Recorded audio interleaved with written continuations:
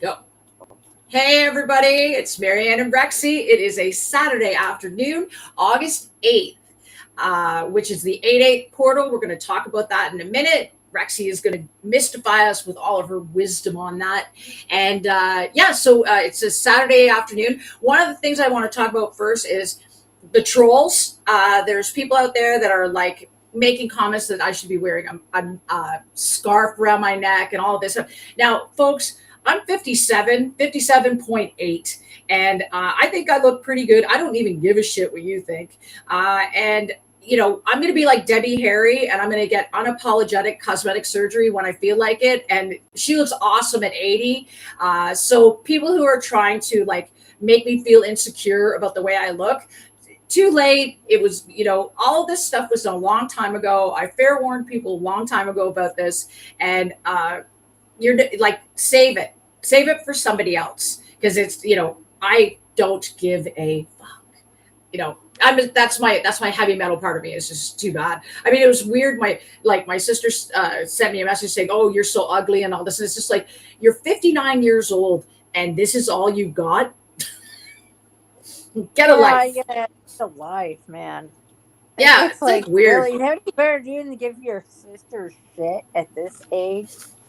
I mean, she's 50. Like, every decade she goes out of her way to being a fucking cunt and, sends me a message or whatever. And then she started sicking her kids on me, who are now in their 20s. And her son actually pulled a gun on social media at me, like brandished a weapon. And they're in Australia. Oh yeah, these are these are Priest's work kids. It's like, whatever. This is what happens when you spoil your children. And no, there's no discipline, and you give them everything, and I don't know. They seem like Hetfields. Oh, did I say that out loud? Drink. Oh boy, time to drink, folks. Get those beers ready. We're gonna have a day. All right. Yeah. So welcome first things Saturday first. Afternoon drinking game. Fucking here. right, man. Nothing's better than a good beer buzz on a fucking Saturday. All right. So first things first, we're going to talk about my buddy Tom Alton, who I've known since high school and who's fighting the fires up in Northern Ontario. So he's a very brave cat. This is him. He posted this on Facebook today. And I just want to show everybody that this is not unusual for Tom to catch. So I believe this is a pickerel. And this is a daily occurrence for Tom. Tom is like the fish whisperer. And Tom's like Mr. Outdoorsman. He's got a wonderful family. He's got 2 kids and a beautiful wife. He lives in a place called Simcoe, Ontario. And like I said, he's protecting us from these fires. He tells me what's really going on. And this is his life. Like, he actually will catch, fish, and then he freezes them. But he prefers fresh fish. He's so spoiled. So there you go. Jerry Cantrell is a fisherman too. There again, drink, people. So I thought that if, of course, Jerry's watching out there. So hi, Jerry. Look at my friend's fish. All right. So moving on, we have a really busy show if we want it to be, and I think we do. So we're actually going to show the new Anthrax video, which we'll show in a bit, but it's International Cat Day. So I just want to say, you can see by my shirt, it's my kitty cat shirt. Pew, pew, motherfuckers. And I just want everybody, this is my biggest fan. He's right over there. His name is Salem. Well, there goes Marianne. What happened to you, Marianne? Okay, I'm back. Did it come on? Yeah, come back. Whatever. I got was your logo. Cheering now. Fuck yeah. Oh, to see now it's coming in closer again. Weird. Anyways, so here I am. Oh, that's because it's on the I see. Now because it's coming on the computer now instead of this. Anyway, so here we are. So I just wanted to show a picture. Anybody who's got cats out there, there were lots of people with cats out there today. These are my 2. They're named Sweetheart and Salem. And I've had Salem exactly a year today. I rescued him. He is 4.5 now, and he's the best thing that happened to me since all this shit, since the Hetfields, again, stole my animals. Again, he's changed everything. And I got Sweetheart in December, and again, another game changer. great cats, great kids, very lucky. So anybody else out there that has cats, happy International Cat Day. And of course, since we're talking about, speaking of Jerry Cantrell, here's Jerry with his Abyssinian. And I had an Abyssinian as well. And his name was Ty, Ty. And I don't know what this kitty cat's name is. So Jerry Cantrell, if you're out there, call me, tell me what your kitty cat's name is. And you know, like, let's get together and just stop all this small talk. Um, anyway, so yeah, so that's another drink. So you guys are already half in the bag. Okay, that's another drink. Yeah. I mean, that's a drink for me too. Yeah, that's a drink for you too. All right. So as we were saying, this today, if you are a stargazer or anything like that, it's the 8-8 portal. Now, in numerology, because I'm a numerology fan, and that's my thing. 8 is the number of success and good fortune and abundance. So 8-8, you're opening up to other things like that. Now, also today is the 16th. Or sorry, no, this is our 16th episode. That's right. It's our 16th episode. So that's an 8-8 as well, but it also goes down to a 7. So in that, Rexy actually is extremely knowledgeable, and this is our time for her to show us how smart. Show us how smart you are. And show me how. Show me how. Show me. Go ahead, prove it. So we're going to talk a bit about the numbers, and Rexy's going to astound us with her brilliance. So go right ahead, Rex, and let me know when you need me to put these pictures up. Well, these are we just do this for fun. It's entertainment, and yes, definitely. Definitely all for entertainment, and if, you know, this might actually intrigue a lot of you guys who are into the new age. But as somebody basically like me, who's actually really used to go deep into the new age era, and who's sensitive to the energies around us, what it is what's happening now, and I always get this feeling around definitely this Leo season. We're getting closer to fall, and the closer you get to fall and to October, that veil, our world and the dark world, shall I say, starts to thin and narrow. That's how Halloween becomes, where it's all demons and the ghouls and all that. And the entire month of October, Rexy's taking over. Yeah, probably will. So, but since this is the 8-8 and 16th is our episode, I decided to basically have a little fun with the number 16. And the tarot card of number 16 of the major arcana is the Tower. Here you go, folks. Right there. One of the towers. Yeah, there it is, of the Rider-Waite deck. And the meaning of the tower is of the major arcana, the 16 upheaval, dramatic change, chaos, and you can see a lightning bolt of truth, of revelation, which shatters old and unstable foundations. So, you know, the meaning of this card could also be like sudden shock, unexpected change, awakening, breaking down of illusions and chaos. And if you put that, if you do a reading and it's upside down, that means it's like avoiding a disaster or delaying the inevitable, you know, or a fear of change. It all depends.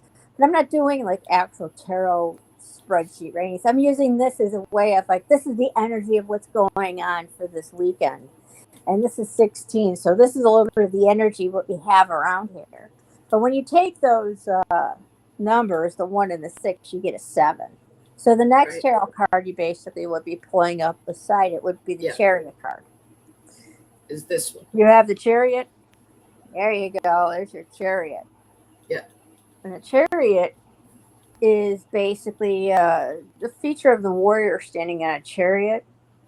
It basically is like about willpower, inner drive, victory, success, staying on course, and maintaining momentum. But if you put these together, so how I basically do it for the energy of the day or energy of this weekend, I kind of blend both of those together, which is basically the Tower and the Chariot. So what we got here, basically, you put those together, it could be basically like a I'm sorry, I got a little bit lost No, that's there. okay. You're doing great, man. I'm like sitting here. Hopefully, everybody else is the same way. I'm like sitting here going, listen to you, apt pupil. Yeah. Well, if you put these together, it's like a sudden shake of life, shaked up pain and put in intense willpower. So you'll be like having this weekend be like a lot of sudden breakthroughs and maybe maintaining control and some rebuilding. So if you notice that the energy going on for today or even this weekend, you find a lot of sudden changes, but everything can kind of go into a new track. That basically is what's going on in the energy around us with this whole 8, 8, and 16 with our numerology for this weekend. Yep. So that's my little bit of your new age weekend. And if you're not into See that, how smart she is? if you're not into that, if you're more of the biblical meaning of numerology, 16 is basically also in the Bible, means of love and loving, and it symbolizes love, a full spiritual intent of God's law. Oh, In the Old Testament, it's also the occurrences such as 16 judges who led Israel before the era of the kings. So, whichever kind of way you want to fall into, if you want to go the biblical route of 16, or if you want to go into the new age of 16, if you're, an atheist, you're kind of out of luck. They can usually do yeah. anything. You don't get all the cool stories, man. But I'll give you a little bit of homework, though. We can Yeah, basically do a little definitely. bit of homework, you atheists.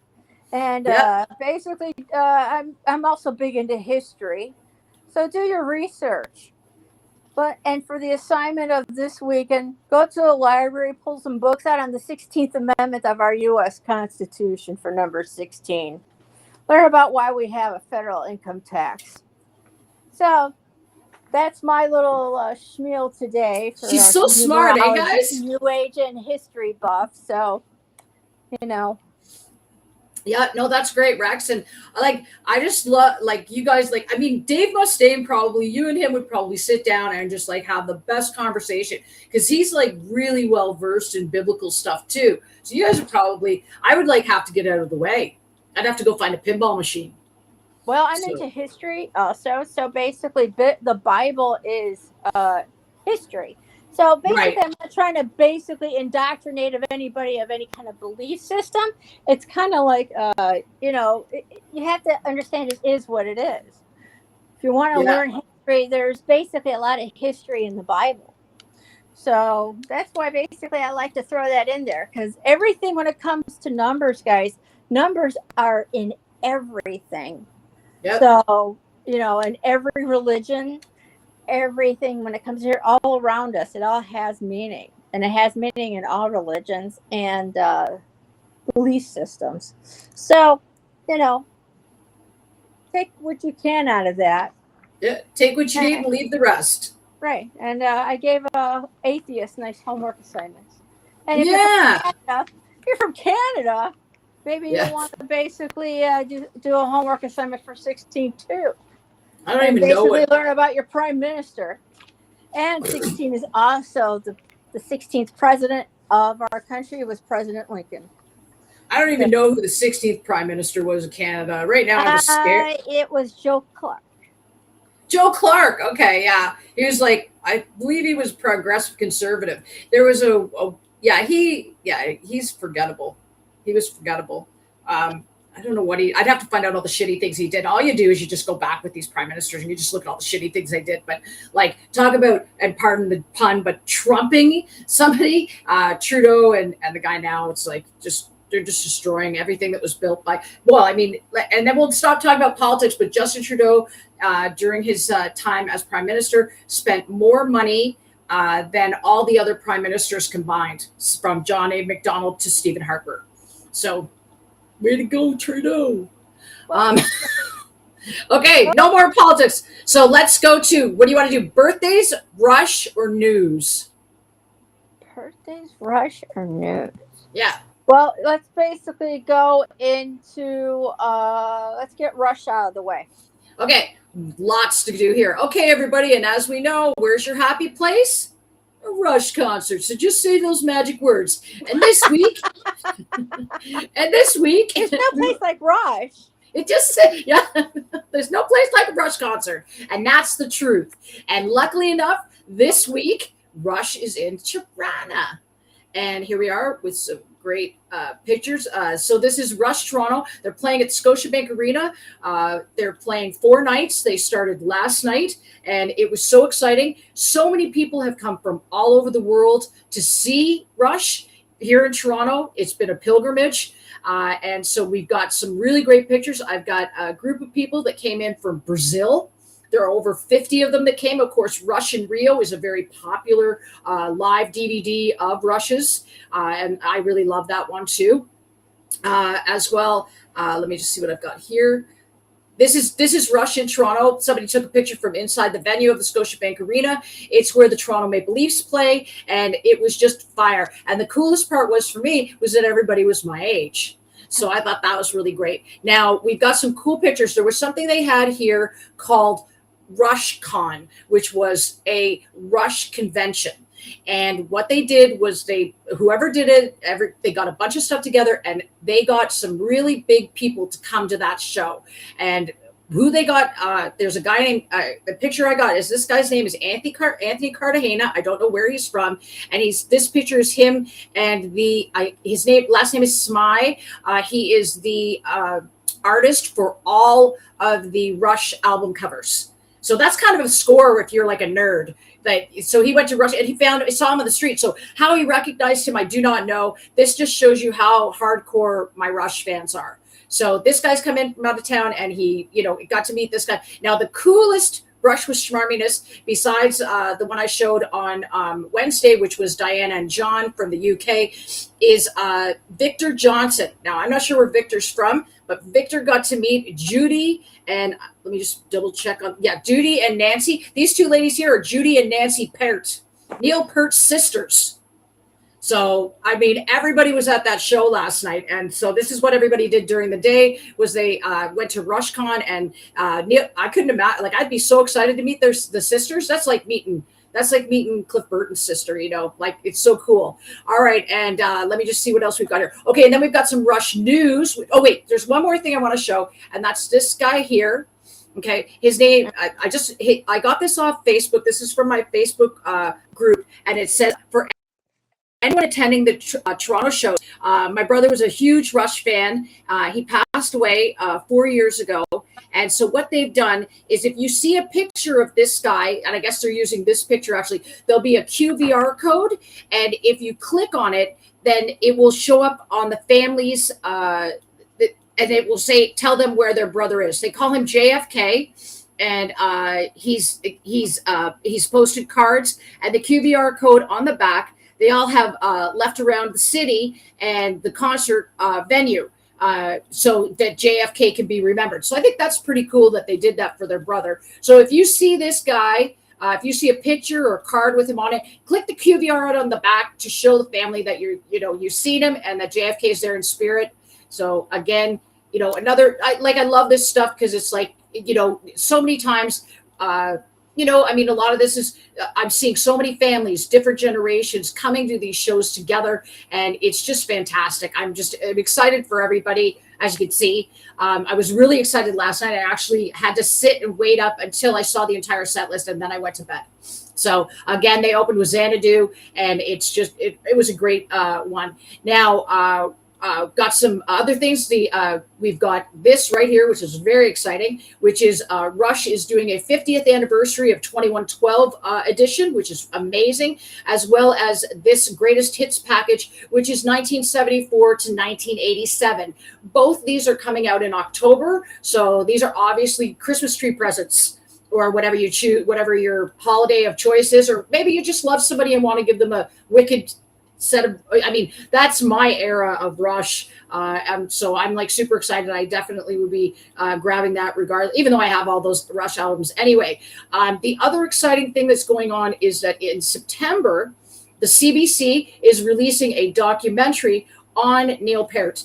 And I have seen some of the pictures, which is like this one here, which has Chad Smith, Danny Carey from Tool and Stuart Copeland from the Police, all playing drums at the same time, while or Geddy Lee plays with all of them, and so does Alex Lifeson during the. So of course, everybody's a huge. Anyway, if you're not a Neil Peart fan, what are you? I mean, really. So, although I'm an Anika Niles fan too, so that's coming out in September on the CBC. Even though the CBC should be defunded, finally they did something decent with the taxpayer money. Again, we won't get into politics, but. Yeah, so that's our rush for today. Again, it's coming out September 23rd. Here it is right here. It's called No One's Disciple. If you don't know anything, you don't have to know anything about Neil Peart. I'll tell you for you. Neil Peart was a universalist, so he believed that every living thing deserved dignity. And that includes all animals, everything. So, he was just that kind of a guy, and so I'm really looking forward to this documentary. I love documentaries; they're my favorite. So that's going to be great. The other, the production company that's making it is Banger, and Banger Films made the Beyond the Lighted Stage Rush documentary, as well as pretty much any good music documentary. They did Metal: A Headbanger's Journey, Global Metal. There's a bunch. They did Super Duper Alice Cooper. I don't know if they did Triumph.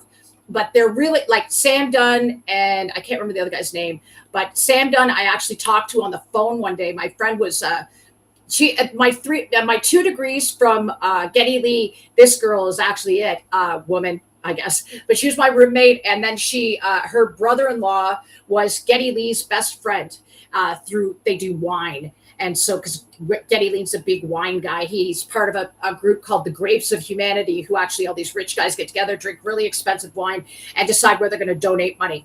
And so it's great charity, good guy. And so, I'm 2 degrees from Geddy Lee, which is very, very exciting. But that same person, her family owned a coffee company, and they used to do like at a flea market. And Sam Dunn showed up one day, and she basically called me, handed him the phone. And we sat there and had a conversation. Nerds unite. So that was very fun. Yeah, well, Sam Dunn's a great guy. Sam Dunn's like from Victoria, BC, and I'm not sure if it's I believe it's a master's in anthropology. And so basically, if you've ever seen Metal: A Headbanger's Journey, have you ever seen it? I just got back from a coffee break. What was that again? Oh, okay. Have you ever seen Metal: A Headbanger's Journey? Metal? No. Okay, so there we go. So Rexy has homework too. So for all of you that think she's bossing you around, she has homework of her own. This week she's going to watch Metal: A Headbanger's Journey, but she's also going to watch this cat right here, who's with the Marty Friedman. It's Jason Becker. Okay, so it didn't drop. Hold on. There we go. Why aren't you dropping? It's not dropping. Hold on. What's going on here? Well, no, it's just like, don't be difficult. I'm already. What's that? Oh, we just had an emergency alert here.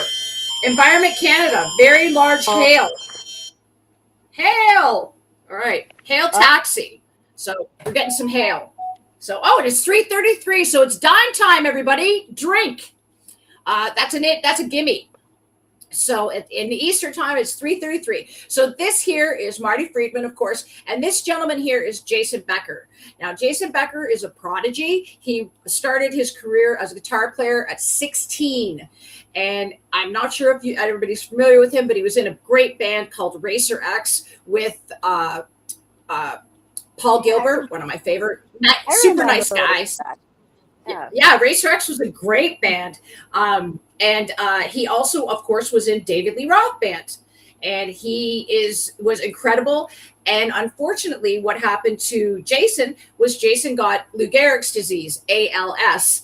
And he has had, but this is what's interesting about this guy is he's got this amazing family. He has this incredible father who I believe is I want to say is a physicist. I'm not quite sure. However, it's all based.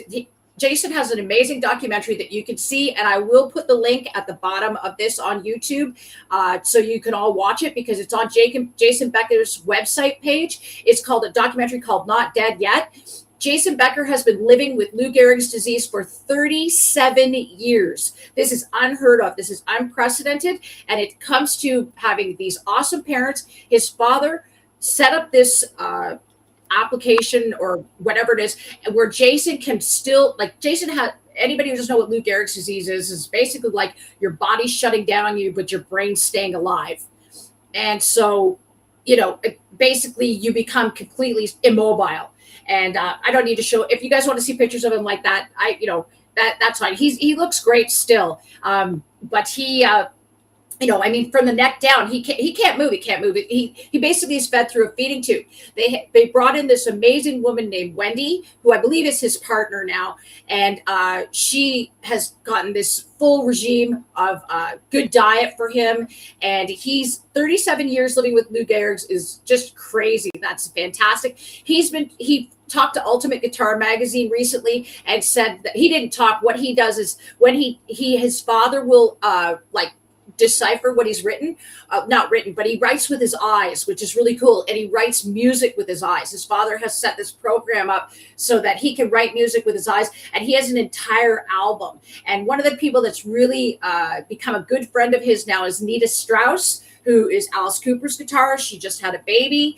And her husband, who was I believe he was her manager at the time, her husband surprised her by bringing her over to Jason Becker's house so she could meet him. So there's lots of great video out there of a lot of people. Eddie Van Halen has been there, Yuli John Roth, Tony McAlpine, which we were talking about this week. A lot of people don't know who Tony McAlpine is. Look him up. He's a fucking great guitarist. Not only is he a great guitarist, but he's a good keyboard player.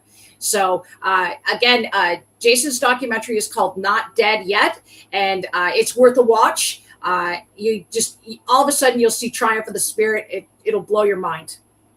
So so we've gotten through the Rush stuff, which is, I thought that was going to take a lot longer, but there's a lot of people in town for the Rush shows, and they're all being really nice to each other, and they're all enjoying each other, and I couldn't be happier. So so then speaking of Rush, Charlie Benante and Dave Grohl, of course, Charlie Benante is wearing a Rush shirt. Well, that's how we just click it in. We might as well. This is yesterday in Chicago. Dave Grohl is playing. The Foo Fighters are playing in Chicago, and Charlie Benante is there because he is Captain. I call Charlie Benante Captain Cosplay, and Dave Grohl Sir Yeti Spaghetti. It's a long story, but anyway, so these guys are in they're in Chicago, which is where my lawyer's from. Illinois is a great place for me. I've met a lot of great people from there. I wonder who.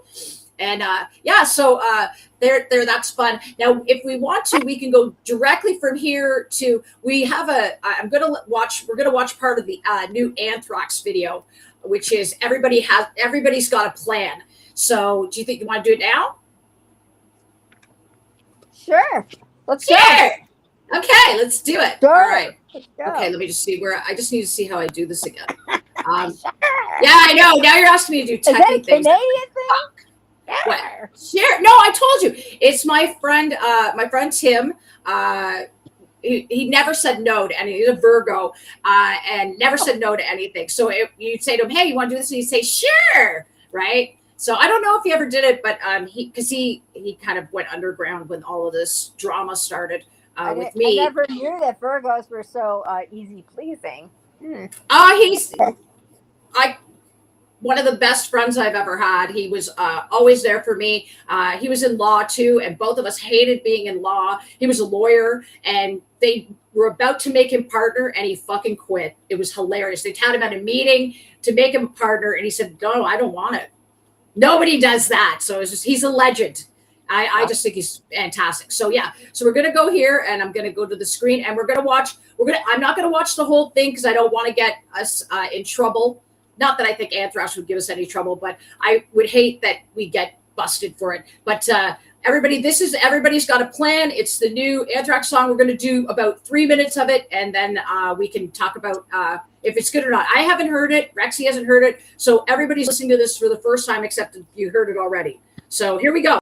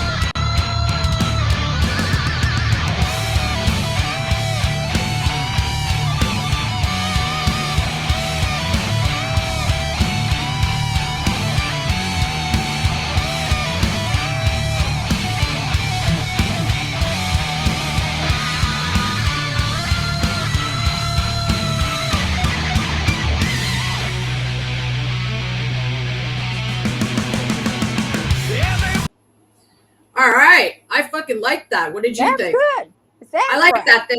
The harmonies, Anthrax. That's right. Everybody's got a plan. Check it out. It's brand new. It just came out this week. The harmonies are really good. I really like. I bet you it sounds even better live. Everything sounds better live, Oh, as I'm far as I'm sure. concerned. Well, But it was fun live, yeah.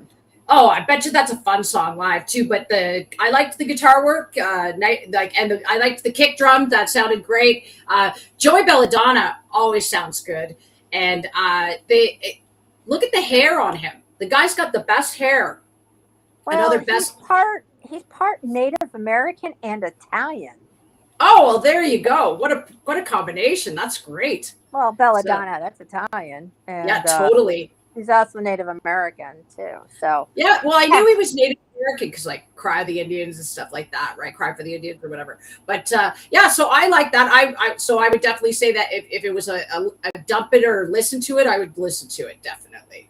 You? I like Anthrax. I like a lot of people basically didn't understand why they were in the four because a lot of people don't remember way back in the 80s when that all came about.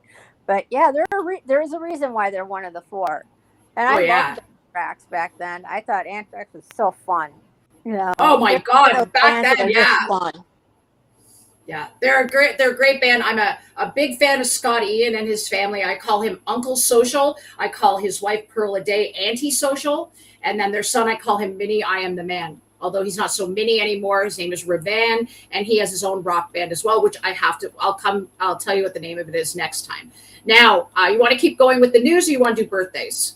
The other half of the birthdays. Well, we'll make birthdays at the end or something.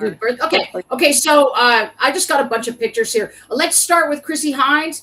Chrissy Hines from the Pretenders has lost her dog. Her dog's name is Nico, and somehow she got off the leash and took off. She's in Great Britain. Chrissy Hine is freaking out. She doesn't know where this dog is. She's put the All Points Bulletin out on. I don't know how many of you, if you know anybody in Great Britain, keep your eye out for this dog. Because as we all know, if you're an animal lover, and if you're not, then what are you doing watching my fucking channel? No, if you don't like animals, don't talk to me. Well, there goes James Hetfield. Oh, yeah, exactly, right? There we go. Drink, bitches. But yeah, no, that's a perfect example. Well, that's a perfect example. Marianne that has to bring it up, not me. Yeah, well, no, but it just shows you. No, I mean, yeah, he's a trophy hunter, and that's another one of the ideas that I had was I had an idea way back that I wanted to do Prince's Trust Fund. So have the two sons of King Charles, William and Harry, get together and do a Prince's Trust Fund like their mom used to do. And I don't know if everybody knows this, but they were soldiers and they actually fought against poachers down in Africa. And, poaching in Africa is the worst. One of the biggest problems is that the Chinese, because they believe that everything has to do with keeping an erection. And so rhino horn is supposed to be about that, as well as, so they would kill the rhinoceroses just for their horns. And, now there's the white rhinoceros is extinct except for two females, so they can't breed them because there's nobody to breed them to. And it's terrible. So the idea was that to have this Prince's Ball, I wanted it to be Sabbath, Zeppelin, Pink Floyd, and then their mom's favorite band was Duran Duran. And then I said Oasis. And my favorite band from sort of that era was going to be The Police. So I thought that would just be great. And then Night Everybody. And but raise money for this charity. I wanted Dave Grohl to help me again. Sir Yeti Spaghetti. That's where he comes with Sir Yeti Spaghetti. But the idea was to there's a group down in Africa called the Black Mambas. I think they've changed their name now. However, it's a group of women, and all they do is protect the animals. And this is what we need: is that we're just. What's that? I said, oh, that's nice. Yeah, I mean, it's destroyed. Their ecosystems are being destroyed at such a high rate. But when it comes to trophy hunting, there was a time, I don't even know if it's now, I knew there was a time where they made trophy hunting, you couldn't ship the animals back to your country, which, because most people, like James has got an entire room of stuffed dead animals. I mean, it's what if the animal is tagged, or you're doing, like, a lot of times hunters will go out and they get rid of these animals, not get rid of, but they'll kill them and then they eat them, like deer and things like that. And you have to, with certain animals, if they overpopulate, then they suffer and die. And so culling is what they call it. So culls are important. However, how they're done is important as well. Trophy hunting itself is just sick and gross. Nobody needs to kill an elephant. Nobody needs to kill. And people are like, with the elephants and with the rhinos and things like that, they're like, well, we kill them because as elephants, just like old men, get older, they become aggressive towards younger males, because it's just it's a territorial thing. And so they think the best way to get rid of them is to kill them. Whereas my suggestion was, I said, why not, since we're spending all this money anyways, why not fix them? Why not neuter them and see if that happens? See if the aggression stops. And it's a suggestion. They do so many other things to these animals. Why not neuter them? Why not try, instead of instead of allowing somebody to come along and kill them? I mean, these guys are cowards. There was one girl a few years ago, and she shot a giraffe. It's like, look, they're herbivores. What are you doing? So, I mean, and she's not eating it. I mean, if you're eating it, then it's a different story, because like Ted Nugent, he hunts deer daily. But like, venison's one of my favorite things in the world, and I'm okay with that. Like, I mean, I'm a meat eater. I have incisors, and that's what they're for, right? But canines. But I mean, I get there's vegans out there, and and I'm a total animal lover, but bacon is delicious.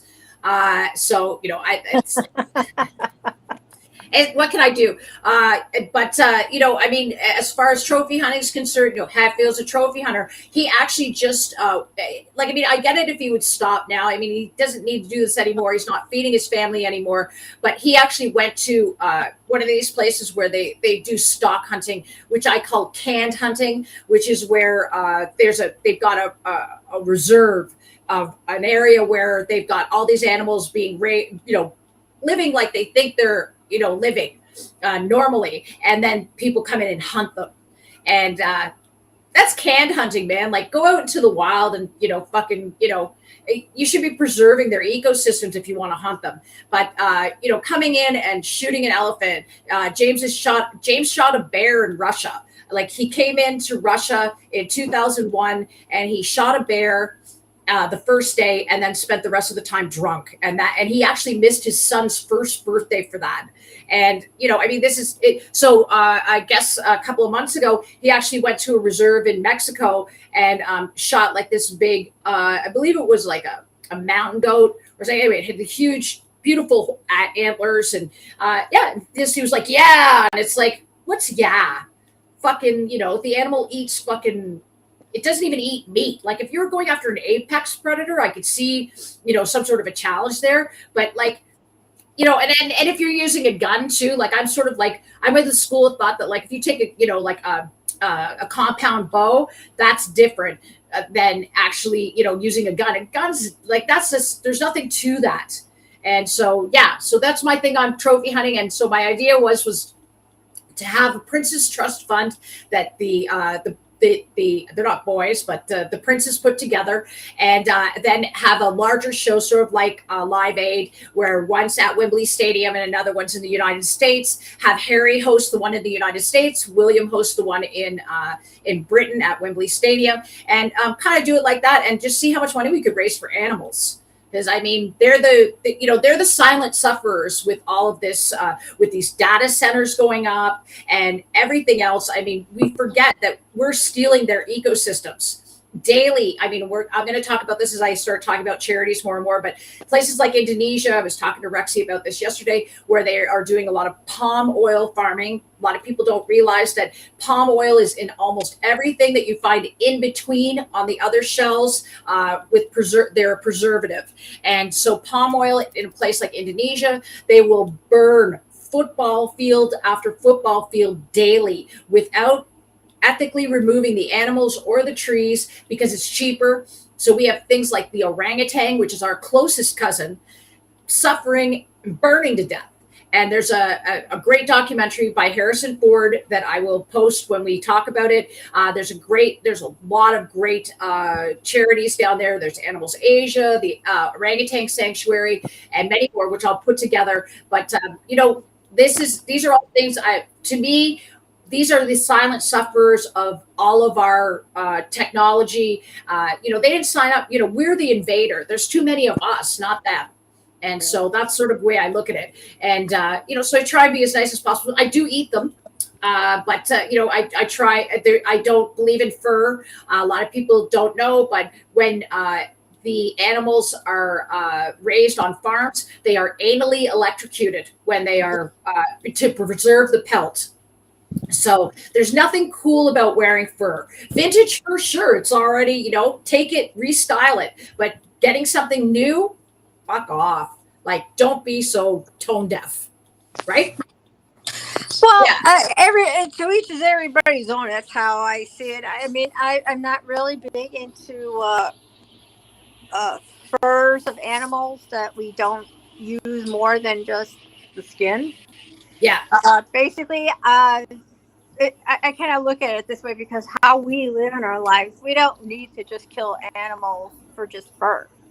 To keep warm, we make our clothing now to where we don't need to do that. Yeah. So I basically think that if we eat an animal like a cow, I eat beef.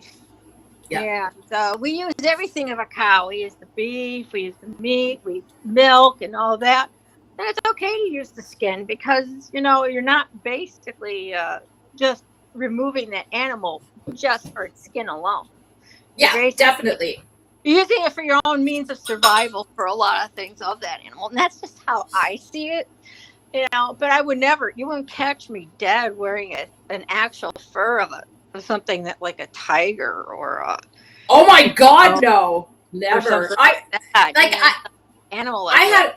I've had some beautiful like fake fur coats that looked real. I had one woman like literally come up to me and start giving me shit saying, you shouldn't be wearing fur. I'm like, girl, this is fake. Yeah. Oh yeah, no. One that's fine. Because it didn't kill the animal. It's just your own design. Yeah. So, but I basically that's just how I see it. Yeah.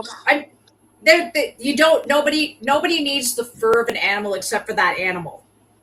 Right. Simple as that. Like, I mean, how would you feel if they were skinning your cat or your dog? Right. That's the way I always looked at it. It just, but one of the first things my mother bought when my father died, this is me doing my fucking Freudian thing, my muzza thing for the day. But one of the first things she bought was a mink coat. She was always tone deaf to that stuff. And when I was 11, I saw it was on one of our Canadian channels because they loved to fuck in the 70s. They just loved to fuck kids up. And they showed the seal hunt. And I was 11 and I actually went door to door to get a petition signed against the seal hunt for Greenpeace. So that's how long I've been in love with animals and believing in this stuff. And I'm not trying to, especially with the people of Newfoundland, I'm not trying to take the pellet farmers' jobs. I'm trying to find jobs for them as eco-conservationists. And I think that there's a way. I believe that there has to be a way. And with that, I believe in animals. I wish we were as trusting of animals as they are of us. And that's one of the things, not tigers though. Tigers fucking will stalk you. If they don't like you, they will stalk you and then they will eat you, which is one of my favorite things. I think that's amazing. I don't know that. Like the idea of a human. Oh yeah, well, but I think they are.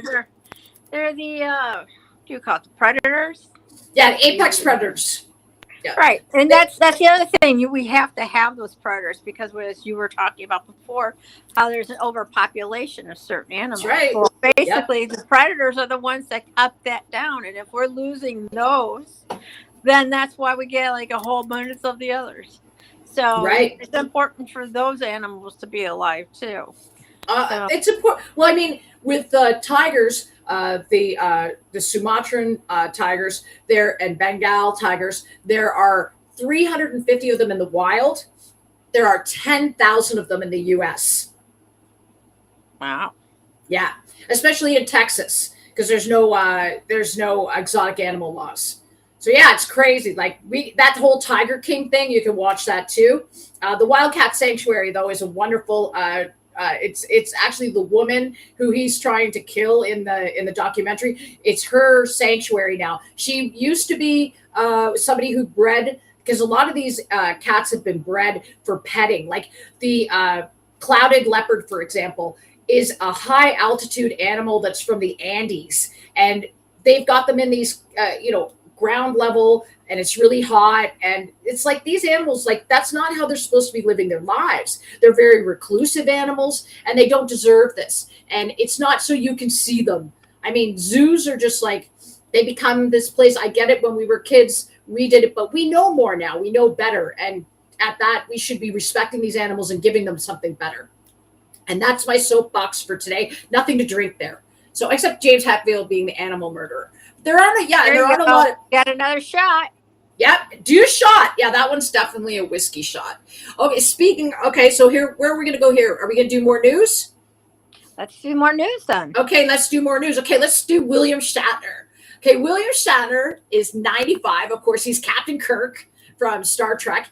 Captain Kirk, this guy is awesome. And what he's done now is he has announced that he has his own heavy metal band. Apparently it's an all-star cast. He's going to have an entire album. I'm super stoked for this. He's Canadian, so love him. Super cool guy. He's super funny on Twitter. I follow him. He's amazing. And he is opening at Riot Fest this September for the Insane Clown Posse. Whoop, whoop. So if you're an ICP fan and you like your Fago, this is for you. And I would admit, if I could go to this Riot Fest, I would definitely go. And I would be right front row center for William Shatner. So I think that's gonna, if you're like into that kind of stuff, I think it'll be fun. I think, well, ICP I've always wanted to see. Insane Clown Posse. They're like, well, Juggalos, which is the name of their fans. I think they're actually considered in the United States a gang now, which is hysterical. So I don't know. I'm just like, for me, it's like, I love, like, I've been to Riot Fest before, and it was the last time I ever saw Motorhead, and I had the best time. Everybody was really nice, and just had a great time. I actually wrote an article on it, which I can add to the YouTube account that I did for My Global Mind. I had an all access pass, and I had a great day. I actually, is it Jesse Hughes? Jesse from Eagles of Death Metal was there, and super nice to me, really nice to me. He ended up pulling up beside me just for some reason. It was just like, hey, how are you? And he was like really nice. And, he didn't have to be, because they don't have to be, because they're famous. So another thing that I wanted to note was this here, which was I kept raving and raving on and on and on that I was in Fort Worth. Now I wasn't. I lied. Well, I didn't lie. I just got it wrong. I was in Dallas for this show at Ozfest, and it was actually this last week that passed. And this was the bill. It was Black Sabbath, Judas Priest, Slayer, Dimmu Borgir, which I probably butchered their fucking name, Black Label Society, and then Slipknot on the other stage. And it was just an incredible day, lots of fun. And so it was the original Black Sabbath ensemble. I actually got to see the original Black Sabbath ensemble twice. I got to see them in 2000 and 2004 with Bill Ward, and it was just awesome. So that was a lot of fun. So yeah, so there you go. So it's not that I lied, it's just that I didn't know where I was. How's that?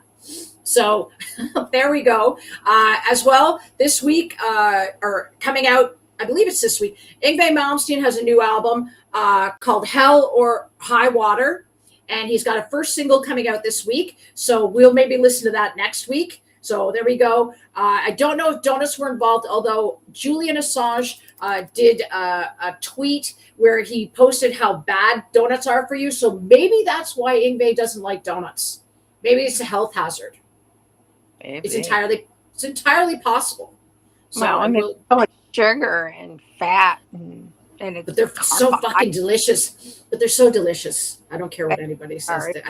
I think. Yeah. Don't you think they're delicious? Well, yeah, I like I said, I pretty much prefer like bakery donuts, like a nice bakery Mm. donut, more than basically just a Dunkin' Donut. But yes, they are quite delicious, especially if you get like your favorite kind. Oh yeah, well the Hawaiian are my favorite, so that's sprinkles. So Yeah, yeah. I like the cake chocolate with the chocolate icing and the sprinkles for dunking. I'm weird that way, but Mm. if I don't dunk, otherwise I like the I just like a normal, just like a I can't remember what they're called. They're kind of like it's like a swirl. They're like Mm. the coffee donuts. It's like a Oh yeah, cinnamon okay, like the swirl. sourdough donuts, the Dunkers. Those are the Dunk donuts. No. Those Oh, are you've got to be kidding me. Oh, you know what this is? This is I've got this person that's been calling me from Canada Post saying something about I've got a package, but the options are either English or Chinese, whereas in Canada it's English or French. So who is it? We don't know. So yeah, but I don't have a package coming from fucking Canada Post at all. I know for a fact. So I don't know. That's weird how my phone never rings. Okay. I don't have a great deal of friends since they isolated me and all that stuff. So my phone never rings. And so the fact that it friggin' rings always during the podcast cracks my ass up. Speaking of phone calls, we'll do it now, okay. Rex. Queens of the Stone Age has launched a 24/7 complaint line. Oh yeah, So the complete line. this is the complaint line. So we thought we'd call and see what the fuck's up. So I've actually put it into my speed dials here. Hold on. So I thought this would be funny. I have no idea what we'll complain about. I basically maybe we'll complain about like why he's opening for the Foo Fighters. Let's try that. Well, I don't know. What do you say, right? I'm going to ask for Josh. I think that's the most important thing. So I thought this is funny, like complaint line, like, and they said there's a possibility that somebody might answer. So that I don't know what I'll do then. Probably hang up like I used to when I was fucking 12. Okay, guys. So here we go. We're going to call. This is the Queen of the Stone Age complaint line. Here we go. All right, let's see. You've reached the Queens of the Stone Age complaint hotline. The time is now to set the record straight. Press 1 to make a complaint. Press 0 if you have no complaints. Do we have any complaints? One or two, 1 or 0. Would you even Let's do 1. Yeah. No one knows better than you what to do, so tell the boys how to screw. Leave your complaint by voicemail after the tone. Hit pound when you finish bitching. Josh, it's Marianne and Rexy from Marianne is 5150. And we just want to complain that you're opening for the Foo Fighters. No, that's okay. It's actually pretty cool. But yeah, we'll think of something to complain about. And no, complaint is that you're not answering the phone. We thought we were going to actually get you on the phone. But yeah, I'll call back and leave you my number after the show's over. And you can call me anytime you want, Frank and Ginger. And until then, happy trails.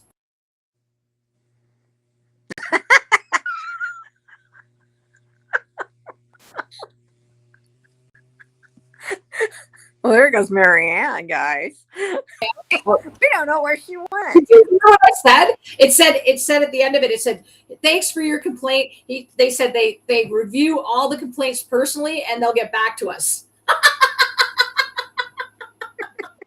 Is Josh there? We need our help. Please. We have a complaint line, don't we? Oh, not yet. But we do have a Gmail address if anybody does have a complaint. No death threats though. Had enough of those. It's Marianne, MARIANNE is IS 5150 at gmail.com. Ideas, anything you got for us, fucking we'd love to hear. No dick pics. Zero dick pics. Yeah, like I really want to see everybody's penis every day. Well, if I haven't seen it before, I'll shoot it. So there's no point there. So yeah, God. so anyway, so Josh, pretty funny. I think that's funny. And the fact that it's real is fucking even more hilarious. If someone had picked up, I don't know what I would have done. So that's great that he didn't. But next, you know what? We should probably call that. Now that I've got on a speed dial, we'll probably call it regularly. Why not, right? Sure. I mean, it's 2 minutes. Yeah, of the show. we can do that. We can have a segment called calling the Queens of the Stone Age to complain. All right. Right on, man. So this is the jollies, right? Like, I mean, there is not very often nowadays where you can, well, you can't now. You can't crank yank somebody. And that was one of my favorite things. That's why I like Twitter so much, was you were actually like, you were typing, but you were still crank yanking famous people and powerful people. And I thought it was fun until I realized that some of them were stalking me. And so it's like, you know, clean up District 12, you raisin face cunt. Yeah. It wasn't as funny when it was like, you know, I realized, you know, I sending messages to Hillary Clinton saying, you're a warmonger, right? And then you're like, oh, fuck. Okay. Yeah, same with Pelosi. Same with Pelosi, right? Clean up District 12, you raisin face cunt. So, yeah. And apparently that didn't go over so well. But anyways, here we are. Here we go. Okay. Yeah, here we go. That's the way it is. All right, so the next one is Rexy's most underrated band. And, of course, that is Cheap Trick. And they played the Troubadour the other night. So, yeah, yep, my buddy Cheap Trick. Yep. So we were just talking about what a great band Cheap Trick is. You know, they're another great band. Luckily, they're in the Rock and Roll Hall of Fame. And, you know, Robin Zander, excellent singer. And go ahead, Rex. Praise your band that's underrated. Oh, what can I say? A lot of people know Cheap Trick. Funny thing about Cheap Trick is that we all know them. It's just that, you know, how many people talk about them as much as, like, you know, some other bands. And they've been around a long time. And Rick Nielsen, great guitar player. He's quite underrated as a guitarist. Robin Zander, what a voice. I mean, yep. I'll tell you something. I think he is one of my top 5 singers. Is actually right on. Okay, so what's your favorite Cheap Trick song then? Gonna Raise Hell. Oh, wow. Cool one. Mine's The Flame.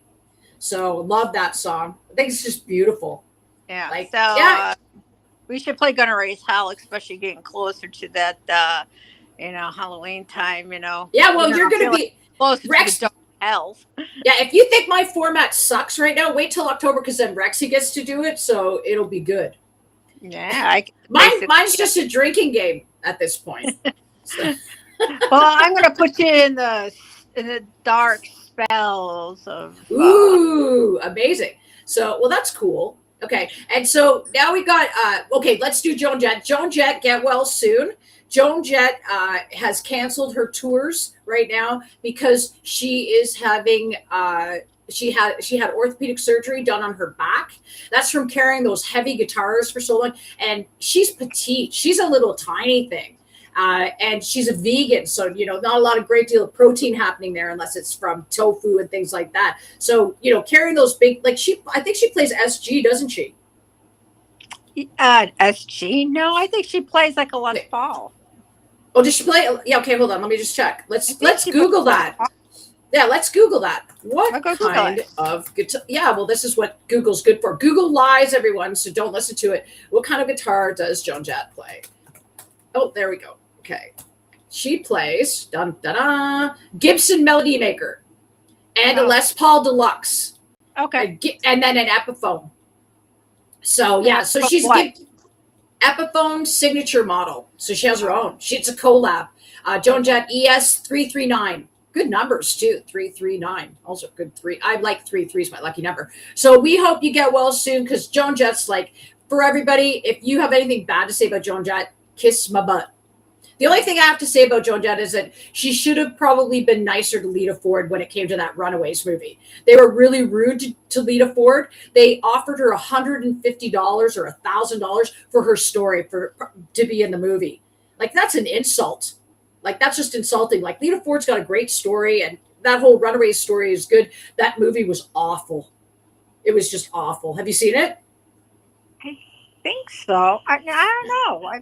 I saw something of the Runaways. You know what? It probably wasn't a documentary. It's probably something else. Which is probably better. No, this was awful. I went with the guy who replaced Rick Emmett in Triumph. His name's Mladen Alexander. He's a fucking psycho. Anyway, we went to the movie theater. We went to the VIP. And in Canada, they have these VIP rooms where they can serve you beer. And we got fucking hammered. And yeah, it was just a terrible movie. But we ended up missing the first show and drinking probably like a big chunk of the time, and then drinking in the theater. So we were just fucking wasted. We were shooting off the theater. People were shushing us. So it was like a very rock and roll time. But the movie itself was terrible, which is probably why we're so drunk. This is in 2010. So everybody, like for perspective here, a long time ago, about 16 years ago. So yeah, but that's what we do for fun up here in Canada during these the winter months. So from here, we will go to Tony Iommi and Glenn Hughes. Tony Iommi and Jeff Scott Soto. A lot of people have been reaching out since Glenn Hughes announced that he has taken a step back from the music industry and everything else performing because he's had to have open heart surgery. Of course, Glenn Hughes sang on the Seventh Star album with Tony Iommi. So he had a wonderful little warm message for him. And we all hope that Glenn Hughes gets better soon. Fucking great vocalist, everybody who, apparently a very great bandmate, very professional. And, he's been doing it forever now. So big love for him. So from there, I've got one more piece of news, and that is my friend, Biff Byford. He was my very first telephone interview that I ever did. He was so nice to me. He said, I said to him, can we sing Crusader together? And we sang the chorus of Crusader. He told me not to give up my day job. And he was right. So, but right now, Saxon is about to come out with another new album, which is amazing. Saxon, he says that he's privileged and lucky to keep writing music with Saxon. I say we're privileged and lucky to have Saxon in our lifetime. I love Saxon. You should too. Check them out. You can't go wrong. They're one of the godfathers of the new wave of British heavy metal. Performance live, never disappoint. I actually was privileged enough to see the Crusader tour, and just love Saxon. Love Biff Byford. He's one of my favorite people, and he's right up there with Uli John Roth. And big love for all that stuff. So there we go. Now I've just got pictures. We're moving. We're actually moving a lot faster than I thought we were gonna. So that'll give us time. I know. I know this is good. So the next one is, I found this picture. This is Les Claypool's page that I got this picture from. And that's my buddy, of course, Les Claypool, who's going to the band with me. And if I ever do a Rush cover band, he's my bass player. And of course, my buddy, Pepe, the king prawn of all the rotten, Pepper Keenan. And they were at a show, I believe it was in the Czech Republic, called Brutal Assault Festival. They couldn't pronounce where they were, so neither will I. And this was, I believe, taken last night. And Pepper is filling his gullet with whatever this is in the, I don't know if that's a shell or what it is. But yeah, seeing these two together makes me happy because I love them both. They're both amazing. I've had a lot of fun at both their shows. And so, Down is coming to Toronto at the end of the month on the 23rd of August. So I'm still hopeful I might be able to go. I doubt it because I have no one to go with. And it's like, I don't want to be traveling around Toronto late at night because I'm an old lady. But I also, because of the stalkers I had every time I went to a show, it gets to the point where it's a pain in the ass and I don't want that anymore. So that's it for pictures. That was now. I have a picture as well. We were talking about cute gingers, and all of a sudden, Rob Halford revealed this picture. There you go. I don't know if you can see that, Rex, but he is ginger. Well, I can't see it that well. I can see somebody who is a redhead, but that's Rob Halford. That's Rob Halford right there. He posted that picture after we had that conversation. I was like, oh, well, we've got to show it them for sure. Because we love Rob's Rob on Halford. The left, isn't he? Yeah, he's on the left. Yeah, who's on the right? You know what? I don't know. That's going to be a trivia question for everybody out there. If you wanted Jesus, I saw that sticker, tell me who the guy is in the picture with Rob Halford. There you go. So we still haven't dissed Metallica enough today. Everybody's sober now. They're starting to sober out. So we're going to talk them off about that. Well, hold on. Where's my? I've got this today. So this is a little diss. There you go. When you like Metallica and when you like Megadeth. So yeah, you like Megadeth, you're gonna get the chicks. Nobody, no, because we all know that if you like Metallica, that you're a little bit gay. Yeah. So at this point, if you're still believing that that's Lars and you're still listening to them and not believing that, that they are not fucking you over, you're gay. So with that, we have Like, okay. yeah. Okay. So drink. This is a time for you to drink, people. So yeah, so I thought this was funny, and yeah, and here you are, and so I thought, okay, we'll put that up there and have a laugh with it. All of these, of course, this is AI; those girls aren't real. So Of course not.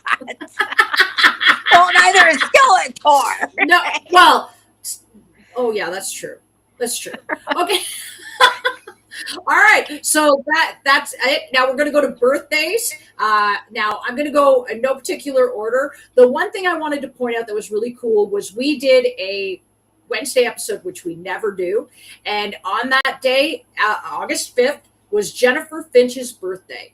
So I believe, because I believe in that stuff, and I believe that her spirit was here and that she was pushing us forward on that day, because we usually don't do that day as a show. And so I think that it was just exciting that, and I actually showed a picture of her and Dave Grohl that day. So, I think it's great. Her GoFundMe has done really well, way over its limit. And as I said, they're going to be preserving all of her artwork and giving her celebration of life hasn't been announced yet. When I know, you'll know. However, the outpouring of love for her it just shows you that the punkers do it right. Because, we can't raise $15,000 for Connie Burton, Cliff Burton's sister, but the punkers can raise over $400,000 in almost 48 hours for Jennifer Finch. So, and a lot of people probably didn't even know who Jennifer Finch was before this happened. So it just shows you that, the punkers, they're a tribe, and they stick together. There's a picture of her a little bit more recent. And it's like, long live her memory and all the wonderful things that she did. Everyone says she was a force of nature, and there's so many great stories. And as I said before, Flea was her original bass teacher. Oh. So I think that's pretty fucking rad. That's cool. Again, it was her birthday on the 5th of August. Happy birthday in heaven. And we'll see you there.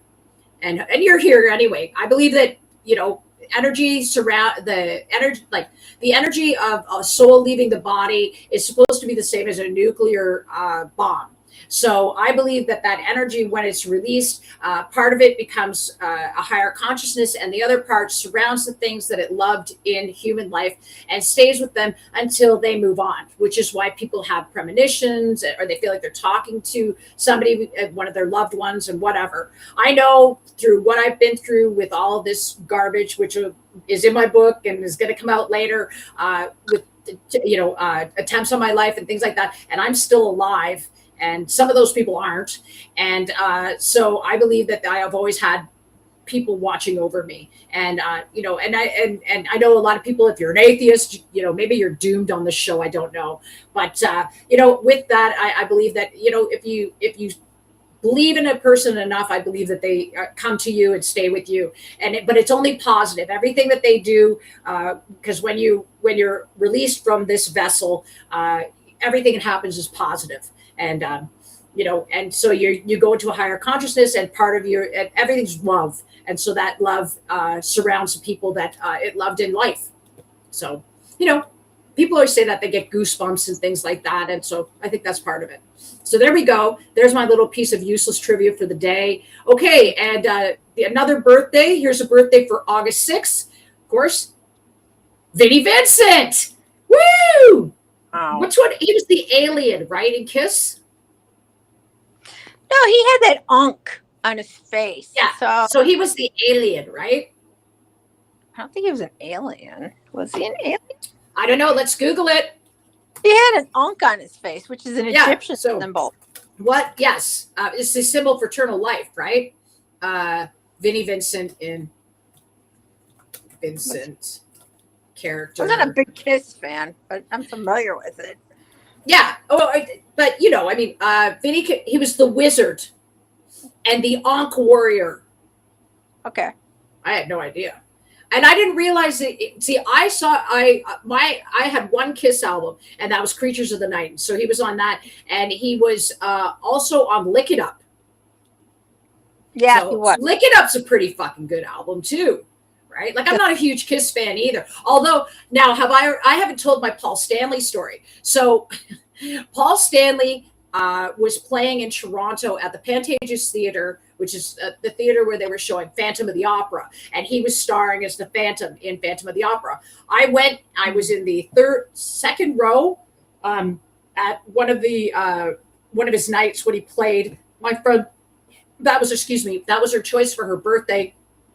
And anyway, they're connected, so they were able to get these really good tickets. And so at the end of the show, he comes out, takes a bow, and I yell out, "Detroit Rock City, woo! Lick it up!" So I don't think he really liked that, but he was polite. So then one day I was walking with a friend, totally different day. In the summertime, we were walking along a Bloor, which is sort of one of the main drag areas of Toronto, and we were walking through this area called Yorkville, which is where the movie stars stay primarily. It has lots of fancy houses. It's where the rich people shop. There's like a Versace store and a Louis Vuitton store and stuff like that. And so we're walking, and all of a sudden I see this enormous human being. And it seems to me that now, maybe not now, but this was like, probably 20 years ago. And Americans are bigger people than here in Canada. Not now, maybe, but back then, this guy anyway. So I was like, that is an extraordinarily large human being, like tall, big, like just a wall of a human. And then as I looked, I went, "Hey, Paul Stanley." So it was Paul Stanley's security guard. And there's Paul Stanley. And I'm like, "Hey, Paul Stanley." And he was obviously walking to the theater. So it was like he was getting his cardio for the day, because he cycles a lot and he's like really great guy. But he just walked right by me, and I was like, "Hey, I just got dissed by Paul Stanley." So, I mean, that's even better than meeting him, is getting dissed by him. There you go. Well, I think so. I was like, I mean, why not, right? Like, I mean, you got to make the best of it. Like, I mean, I would have loved it if he pulled over, but I don't even think I had a pen. So then he couldn't have, and it was before cameras on your phones. So it was like, he was just maybe he was late. Maybe that he just kept on trucking. So Paul Stanley, if you're watching this and like you want to make it up to me and you want to like, I don't know, come back to Toronto and we'll have dinner. Bring your wife and kids. I actually met Paul Stanley before. Have you? Okay, tell me. Yeah, I actually did. Well, one of my friends was a big Kiss fan. She was like kind of like the first person I was supposedly jammed with back in high school. I don't have that many great things to say, but we were friends at the time. But she was a big Kiss fan. I wasn't big into Kiss, but I'm always like one of those people who meet anybody. You know what I'm saying? And she ended up winning these tickets on a radio, like in a radio station, to go see Kiss at the House of Blues in Chicago. Ooh. And so we got to go see. So the whole package was basically, we got the tickets to actually meet Paul Stanley, listen to like a, what do you call it? He's actually kind of like a sound checking. We're doing a sound check. Oh, you got to go to a sound check. Very cool. Yeah, sound check, and then you can see the show. But which really sucked the show for me, because basically House of Blues is like general admission, and I'm 5'2", and I can't see anything. So it really kind of sucked for that. But yeah, actually, he was not bad. He was kind of all right, you know. What we did was we kind of just went to the mall, got a couple of cheap Kiss shirts to have him sign one. Oh, nice. Yeah, so he signed it. So I got an actual autograph of. Oh my God! Do you still have it? Sure, somewhere in a storage container. That's amazing, though. Like, that's the thing, is I've been told that Paul Stanley is very gracious and very polite and very fan oriented. I know that they have, I believe they have, they had a series of restaurants, him and Gene Simmons, and they actually did something nice. Remember when there was a strike amongst the airline people? Oh, okay. They actually provided free lunches for anybody that worked there at the TSA. Oh, that's nice. Yeah, they're just like really nice people. I kind of made a suggestion to them. I came up with okay, Kiss has an extraordinary amount of merch. Like, that's Gene Simmons, anything. But the one thing they didn't have, and Gene Simmons stole my idea. He didn't steal it, because I haven't met them, but I said, why don't make Kiss socks? And they hadn't made socks, so they made Kiss socks. Kiss socks? Yeah, socks. Like, there was, you know, you know how That'd be perfect for the people who don't like them. Yeah, kiss socks. kiss socks. Yeah. I mean, you just don't think about it, but it's like, yeah, it's like, that was the thing was I was just coming up with all these, like, when Lars was stealing all my ideas, it got to a point where it was like, fuck it. I can't get anything out there. Gotta stop and drink. Yep, stop and drink. Well, I gotta keep them. They gotta keep them lubricated while the story goes on. Oh, okay. I have another drink to get through this segment of the show. Okay. Yeah. This is your drinking content. This is like, see, we can have a sponsor here. So if you guys want like alcohol companies, if you want, although I don't drink, so it's not going to be very much help. Although if anybody knows a coconut water company, fucking, I'm your Huckleberry. So, but what was I saying? So yeah, so I like, because he was stealing all my intellectual property, it was like I finally gave up. And so that's when I got on Twitter and I just started throwing all my ideas all over the place to everybody without without worrying about getting anything back. It was like probably one of the best karma-based things I could do. Little did I know that Lars was ready. Everybody drink again.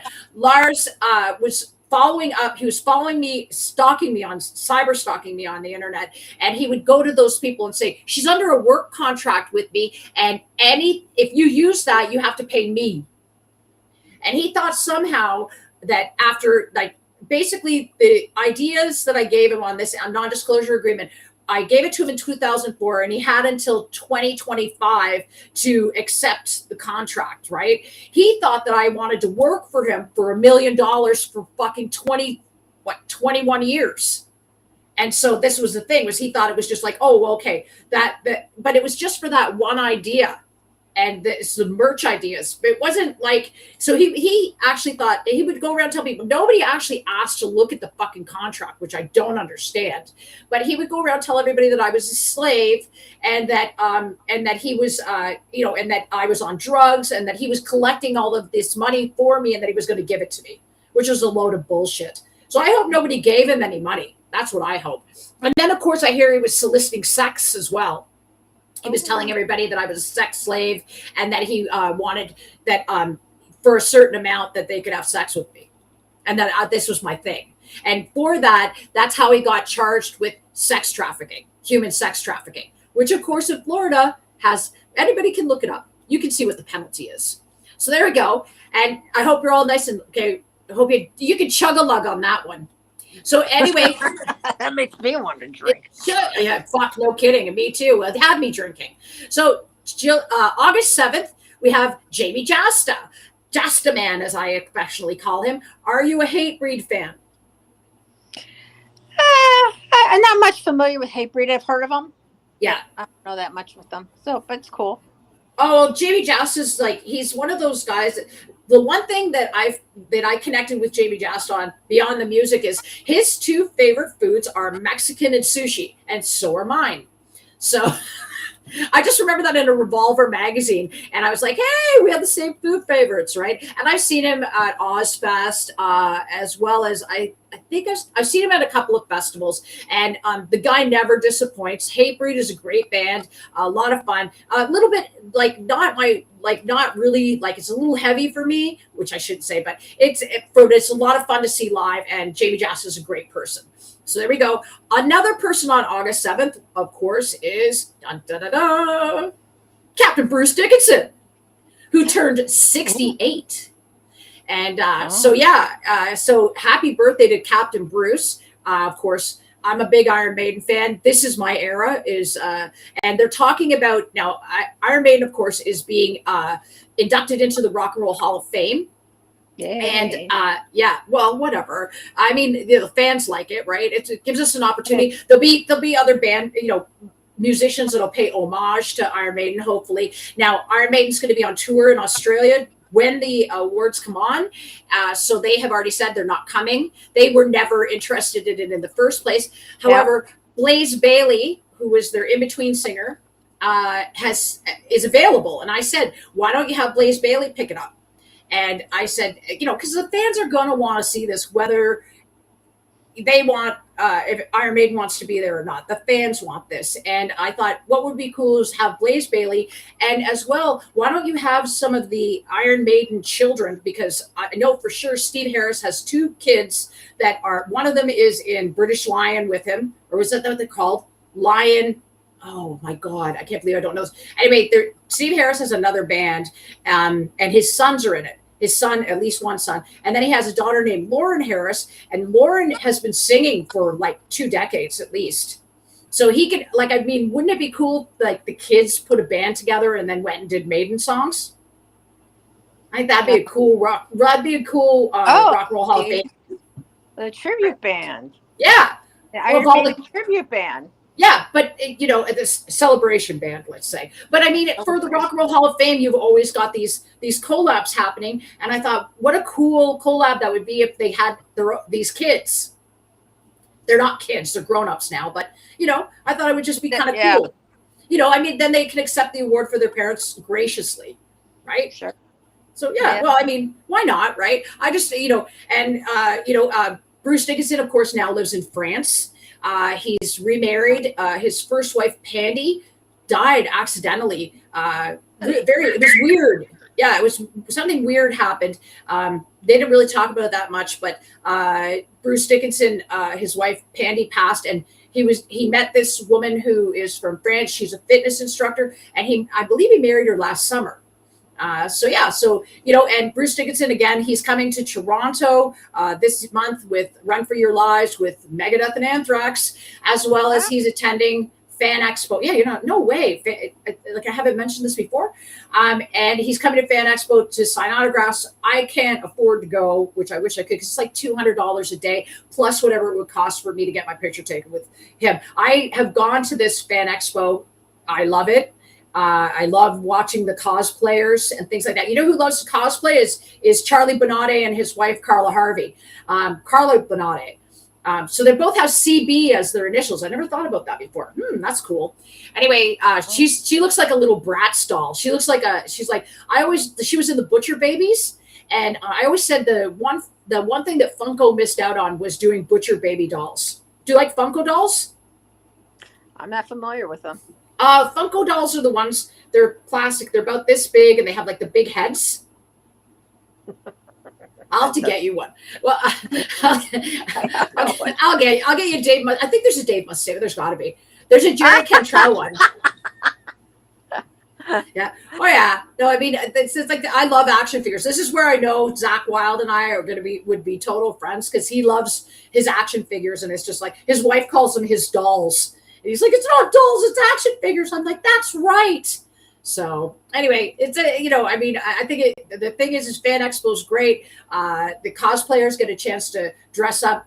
Some of these young people, or people in general, start making their costume quite literally the weekend after Fan Expo. I have seen some of the best costumes I've ever seen in my life, like better than in the movies. And these people have made them themselves. Like, there was a lady, I don't know if you're into Star Wars, but I am, and she dressed like they dressed like all Jawas, and it was just like, oh, like with glowing eyes and everything. It was like, oh my God, these costumes are amazing. She had her kids with her, and they were all little Jawas, and oh yeah, it was fucking great. Anyway, so yeah, nerd, I know. Okay, so the next birthday is on August 8th, and that is Ricky Rocket from Poison.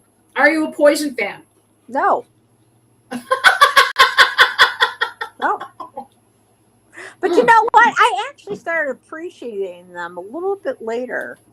Now, and the funny thing, how I ended up appreciating, I mean, when I was younger and they came out, it was this big glam band. It was like total bubblegum glam band. Yeah. I didn't hate them. I didn't hate them. I didn't hate any of the glam bands. I just, I was just not always into all of them, right? Right. Yeah. But I had this friend. He was in a Poison tribute band, actually. Okay. And he was a guitar player. What was it called? Oh, I can't remember. But if I do, I'll bring it up. Okay. But it was a long time ago. I haven't talked to him in a long time. But he was a guitar player. So, and one day, basically, I was just basically waking up, and I had to drive to work. And I felt so tired and trashed. And I'm driving to work and I'm listening to the radio. And a Poison song came on. And for some reason, I was enjoying it. Ooh. I actually enjoyed it. I I go, think CC DeVille's a great guitarist. Well, CC DeVille's a great guitarist. oh, he's a little bit of a wanker, but yeah, he's a good guitar player. But I actually started seeing that basically it was. I guess maybe at that point, in this point in my life, I started appreciating more because it was more fun and uplifting, and it was great for in the morning kind of a type of sound for me. So that's pretty much how I became more appreciative of the band. I didn't hate them. I just basically I'm not really into like the big glam metal. I thought it was like they were just. I'll never forget when I first discovered them. I discovered them in a local music store. Me and a friend of mine were walking around our local music store, and we were looking through albums, and that album came out. I'm like, look at this. And my friend is like, wow, that chick's pretty cute. And he Is this a new Vixen? It over. It's like, oh my God, they're all guys. I remember that. That's so funny. Actually, I have somebody did AI with the Metallica. Oh, there you go, drink everybody, with Metallica of the Poison album. I'll pull it up one time. It's fucking hilarious. But I had it before. I showed it to my lawyer, and he thought that was fucking funny. But and speaking of that album cover used to be behind the reception desk at A&M Records, and the band that took the place of that picture was dun da da Alice in Chains.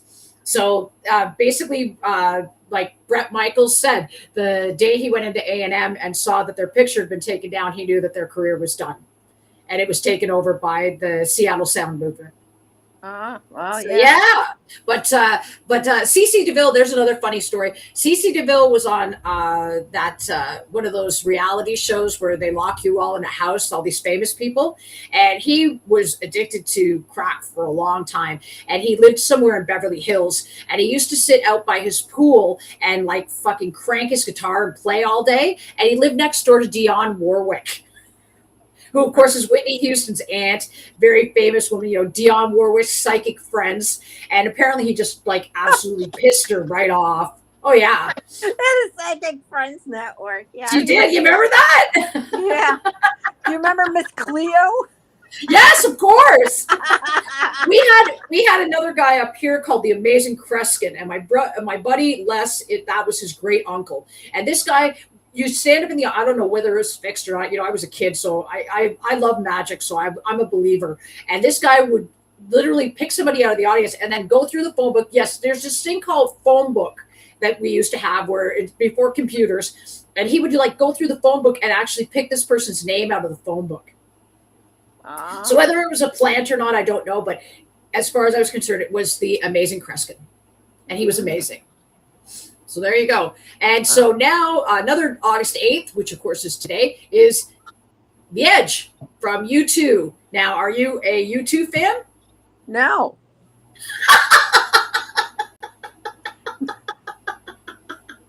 No. Absolutely not. Okay, they lost. I think basically when I remember when YouTube came out, they had that song Sunday Bloody Sunday. Right, from War. And I actually liked that song. Mm-hmm. But for some reason, after that period, I guess anything they did after that time, I didn't give a shit about. Okay. No, well, for me, I lost interest around how to dismantle an atomic bomb. So, but I'm not sure. I'm sure some people know this. I don't know who's watching, but I danced on stage with Bono. I think about 6 weeks from now, in 1992. And there's actual footage of it, so I'll show it on a show. It's funny because I found it and I was like, oh my god, like because we were there. It was just like it's a weird story. I'll tell it another day, but. Basically, they invited me up on stage. They took a center. They were filming us for this for a Zoo TV video or documentary that they were making that never got out, I don't think. And I was standing there and Bono came down and touched during the encores and touched my hand. And I thought, well, I'm centered, I'm happy, whatever. And then he touched my hand. I'm like, oh yeah, I touched Bono. This is getting pretty cool. And then all of a sudden he like pulls me up on stage. So the first thing I do, of course, is trip. I almost fell right on my face. And then I danced on stage with him for like 3 songs. And he, like, at one point, firemen carried me off the stage. That's how skinny I was back then. So yeah, it's a good time. It's pretty funny. The video's like from far away, but I mean, you can tell just by the level of spaz that it's me. So, which is great. So happy birthday to the Edge. I've seen it. I saw him in a documentary with Jack White and Jimmy Page called "It Might Get Loud." Have you ever seen this? Yeah. Oh my God. It's just like Jimmy Page is so epic in this documentary. Like they're great. Everybody else is great, but Jimmy Page comes in and just like, I mean, he's sitting there, like even these 2 guys, like Jack White and the Edge are like in awe of this guy. Of course. Oh, well, Jimmy is the fucking legend. Yes, he is. Actually, I saw a video of a time when Aerosmith was hanging out. I don't know where this was, but this is a long time ago. And basically, Aerosmith was sitting there talking to each other, and Jimmy Page comes up, and all of a sudden they stop. and just moved back and look, and he was like looking at what basically, as soon as he basically came up, it was like all of a sudden everybody just stopped talking. What do you say? I mean, he was hanging out with them. I mean, Zepp was hanging out with them. I mean, it's not like they didn't know he was there, but as soon as he just happened to walk up to see what the guys were talking about, they all just stopped and just stepped away and go, oh, okay. Yeah. It's like that quiet. He's royalty. Yeah, he's royalty. Yeah, so, he's the GOAT, massive GOAT, definitely. Yay. Yeah, so yay for Jimmy Page, but it's not his birthday. So we'll move on. So we have one more birthday today, and that is, "Can You Take Me Higher?" Scott Stapp from Creed. Oh. Are you a Creed fan? Is this a no? No. It's a no. Okay. Now I am a Creed fan. To me, that kind of music, if it comes on the radio, I'll listen to it. But I'm not like, I'll go run. I would never run out and buy an album or anything. Well, but Mark Tremonti is a fucking god. Okay, like Mark Tremonti is just Alter Bridge. Mark, Tremonti and Creed. The guy's a machine. He's constantly cranking stuff out. But there was a time. Now this is one of those bands where every time I tried to go to an actual gig, something weird would always happen, and I didn't go. Now I wish I had seen them, and so now they're doing these things called Summer of -- and they actually did a tour last year, I believe, with Nickelback, and I would have got down for that. I would have been down for that for sure. I mean, as well, Creed, which of course I can't remember what team it was, but there was a baseball team that was using Higher as, I believe it's the Kansas City Chiefs. Is that Kansas City Royals? Kansas City Royals. Sorry, guys. My baseball. This is where I need Geddy Lee because he's the baseball guy, or Jack White because they're both baseball guys. They were using the song "Higher" and they actually won the World Series. So we don't know, but so it's like Creed is one of those bands where it's a great sing along at the show. I bet you it's one of those shows. So yeah, and Scott Stapp. The reason why Creed originally broke up the first time was Scott Stapp was. I think he was doing benzos or something and mixing them with alcohol. And he actually got on stage one night and the fans sued the band because they couldn't understand a fucking word he said. Couldn't understand him at all. Like, I mean, they call this singing style, that singing style that you were saying, Eddie Vedder, it's called yarling. So it's like, so it's called yarling. And they used to say that Chad Kroger does it, but he doesn't do it. It's like that's sort of a Eddie Vedder, Scott Stapp thing. And Eddie Vedder especially, because I mean, there's a lot of songs by Eddie Vedder where I can't understand a word he says. I don't understand anything. I love the music and everything. There's one song. Talking about hate or something. Now there's one song that I really like, and I really like it, but I have no fucking clue what he's saying. Like, bless his heart. His daughter Olivia Vedder is an amazing singer. She's very, very talented. She's along the lines of Violet Grohl, other one. And Tony Cornell and Lily Cornell. These apples aren't falling far from the tree, and it's nice to see that they're female for a change. Sure. And yeah, it's I think there's a wave of female musicians and artists that are going to really take the stage, and I'm excited for them. And it's it's a nepo baby thing, but these are young ladies that like knew what they wanted to do from a very early age. Like Violet, Olivia was performing at Eddie Vedder lives on an island in Hawaii where you have to get permission to live there. So I always said if I got famous and rich, I would want to live on Eddie Vedder Island. And so he has a Oahu show, I believe that's where it is. Anyway, every year, and it's a fundraiser. And Olivia performed one year, and she was she moves like Joe Cocker when she sings, and she's just like, oh, so good, just amazing. But I'm just excited for this next generation of female singers. I hope that they're being mentored well, and I'm excited for them. This is especially because their dads are all in the industry, so they can turn around and nobody's going to try and the female performers prior to that, like Lady Gaga, Katy Perry, Kesha. I mean, they were all under this guy named Dr. Luke, who I fucking hate. He's a rapist, and that was the problem. Was that these girls were, they were put in compromising positions where they were being sexually assaulted by their producer. And in this case, it's like, if anybody was ever to touch Violet Grohl, they'd be dead. Right? Like, who's going to fuck with Dave Grohl's kid? Yeah. Right? Especially his daughter.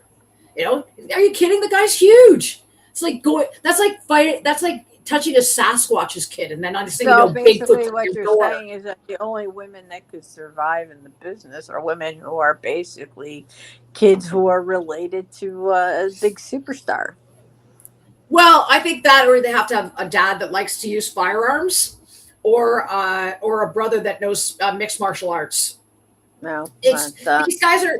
The problem is that, when you have young women, I mean, they're more savvy now than they were back then. But these guys get them in difficult position, or typical positions where they, they give them substances and whatever, and then or they roofie them. Look at fucking P. Diddy, man. Have you watched that documentary? The Reckoning? Oh, probably not. Sean Combs, P. Diddy, Puff Daddy.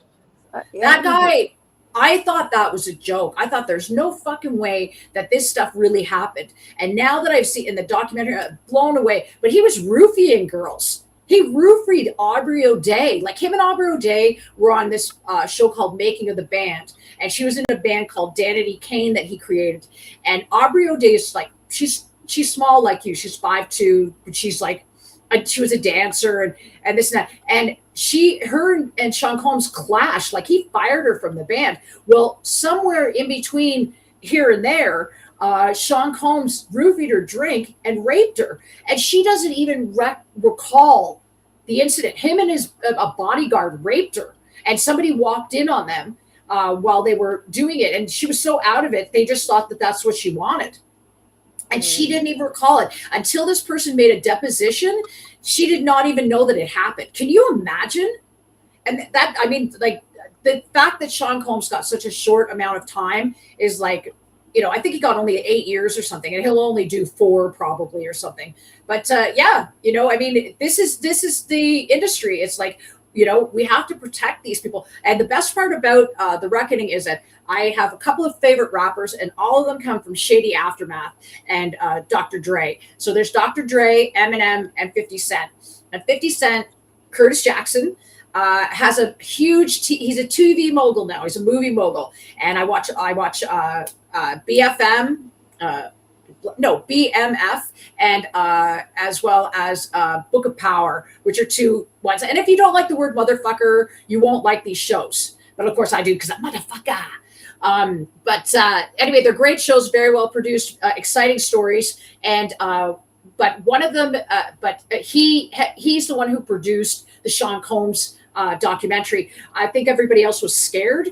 Curtis Jackson was shot 9 times out in front of his grandmother's house by a rival gang who were jealous of the fact that he was breaking out. He was just about to do an album with Destiny's Child. So he's fearless, and he was like, I'm not scared of this. And they even tried to sue him for $1 billion for defamation. He was like, that's fine, go ahead. Fearless. He says Jay-Z is next. So I'm curious to see. He said Jay-Z, I can't remember who the other one was, but like this guy's coming out guns a-blazing. So, but yeah, I mean, that's the industry, is that women are, they're prey. It's just the same way that in the 80s, like the groupies were all prey, you know? Yeah, and that's then Jared Leto. There's another person who he's apparently lost a couple of film roles. And I said, good. I hope that he sues them. I hope that someday Marilyn Manson sues his accusers too. Like, not that everything that they've done for Marilyn Manson, though, just makes him more diabolical and people love him more. So, but Brian Werner is like, you know, if Rose McGowan says nothing happened, I believe her. So you know who she is, right?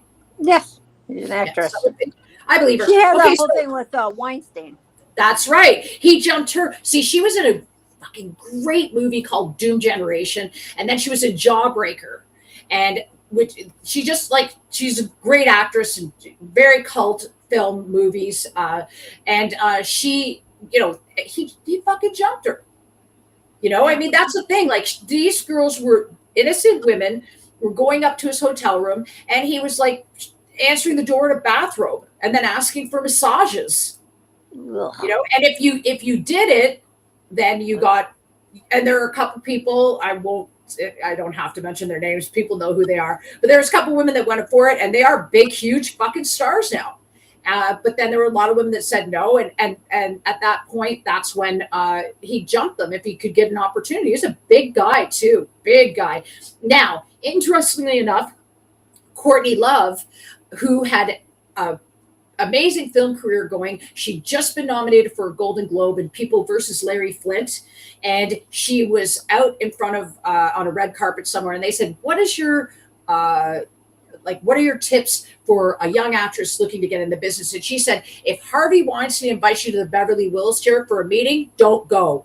And the next thing you know, she's getting massively blacklisted. All of a sudden, all these conspiracies about her killing Kurt Cobain like blew up even more. They had her, they were filming her when she was drunk, chasing Russell Crowe's car. And then she lost custody of her daughter. And I believe part of that had to do with this, this mafia in Hollywood. Like they just wanted her gone. Could be. Yeah. I've never like been a real fan of hers. She was kind of grossed me out. Yeah. She always grossed me out. And but Hollywood is a shit show. I mean, it's a big cult of fucking hoes, and it's just a big damn cult. Well, the problem is that the people in power, and it's the same with music, is that they have money. So what do they want? They want things they can't have. And so that's when temptation comes in. And that's where, they start going after girls that are younger, or someone who says no, or fuck off, or whatever, right? Like, and so that's the way they just become twisted, as opposed to, that's why a lot of them, it's better to be spiritual and find something. A lot of them are turning to Brazilian jiu-jitsu now as well. So they got that, they're learning to meditate and stay balanced and things like that. Like Dave does jiu-jitsu. So, yeah. And speaking of Dave, let's throw up some Dave Mustaine pictures this week. Ready? Okay, and I believe, is this the one? No, this isn't the one. But these are Rexy's choices. So we have Dave Mustaine 1, and then we have this one. And I believe this is the one that she said Dave Mustaine should have done hair shampoo commercials. So, and I'm in agreement. Like, I mean, what a head of hair. Like, the guy's just like, on top of being a shred-tastic guitarist. There he is with the beautiful hair. And now we have right here, I thought this was a great one because it's like me and Rexy are guitars, and that's Dave. Mm-hmm. Can you see it? Dave's got two Yeah, guitars. I can see it. He's got two guitars. Yeah, and look it's a great head of hair again. So, and then we've got this one, which I believe Gary Holt's wife took. I believe Lisa Holt took this picture. So, which was very cool. She, like I said, she's a great photographer, and I believe I took this one, and it was her page. But yeah, she was at the Megadeth show, and she was snapping pictures. So I was like, cool, I'll take that. So thanks, Lisa. And then we have, let me just see. Okay, and then we have one more, and that's this one, which is a picture of Megadeth at the table. And again, it's with Marty and Nick. And I don't know, do I have that other one? No, I don't think I have that other one. I'll have to bring it in next week. So there you go. And that's them just sitting at a table. I'm always getting the old pictures up. So there we go. Anything to talk about Dave this week? We not too long now before, it's like 6 weeks until the next book comes out. So that's exciting. And of course, they're going to be in Toronto at the end of the month, or around the end of the month. So, but I can't afford $700 for a fucking ticket. Gosh. It's for the Run for Your Life tour. The general admission, no seat, just general admission on the floor at Scotiabank Arena are $700 Canadian. Wow. Yeah, so that's like way out of like, I wish I was one of these people that could like be a baller and go to these Rush shows and be like, oh yeah, fucking, let's get the Limelight package, just $2,500. And it's like, they get to meet the band and everything. Was like, wow, I don't have that kind of. I'll just root from back here. So, okay. And then what else have we got? Okay. And then last but definitely not least, I promised this picture last week. And so here it is. This is Jerry Cantrell and his brother, David. Oh. Are they not hot as tamales or what? I told you, look at him. He's a ginger and he's smoking. Is he single? I don't think so. Oh, I didn't think so either. But I think I don't. But no, I don't think so. But you know what? I'll ask. No, Jerry, I'm just kidding. Isn't he hot though? Like, I mean, totally. If you saw these two, like Jerry's the older one, and if you saw these two guys walking, to a party or whatever, like, I mean, that's the thing is, I'd be like, I would be like, I always thought of myself like, I'd be following Jerry around school. Like, I'd be that, that grade niner. I'd be that fucking sophomore that was just like following the senior around, going, "Oh my god, he's so fucking amazing." So yeah, but yeah, I love this picture. They do have a great relationship. They spend a lot of time together. But I believe I got this off David's page. I have a ton of. I stole so many pictures off his Instagram page. I was like, "Oh, that's a good one of Jerry. Oh, that's a good one of Jerry." By the way, every time I say Jerry, you can drink, so you're welcome. Now everybody's got a good buzz going. So, and that leads us to the end of the show. So now, what would you like to talk about? Anything you want to talk about? Anything I want to talk about? God, yeah. I covered so much today. Oh, wait, hold on. Somebody wrote something here. Let's see what it is. Oh, it's okay. It says, is Lars alive or dead? Can you confirm? Okay. Hi, Maca is the name of this person. Their name is Maca. Is Lars alive or dead? I can't confirm. However, I do believe that Lars is dead. I believe that Lars and his wife were arrested in Florida and that they received lethal injection in December. I believe it was December 4th, 2022. That's what I believe. I believe that Lars was arrested after a very long investigation that had the help of people like Dave Grohl and Jerry Cantrell, and that he was arrested along with his wife after the I can't remember his wife's name, but the Zazulish tribute show in Florida that was set up by James and Metallica to have Lars arrested. And when he stepped off the stage, he was arrested. And in December 22 is when we've got this session musician who looked like him. I don't know how long they had been preparing for him. However, I was told in July of 2022 that there was a plan being hatched. And in September of 2022 was when Lars went to Wembley Stadium and performed at the Taylor Hawkins, who I told you guys is not dead as far as I'm concerned. I don't think he's dead.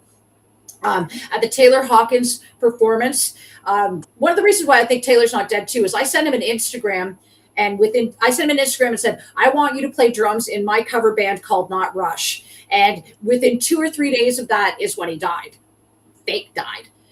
So I wasn't buying. I know Taylor wouldn't do something like that. Like, he had a very happy family life with kids that loved him, beautiful wife. I mean, he wasn't using.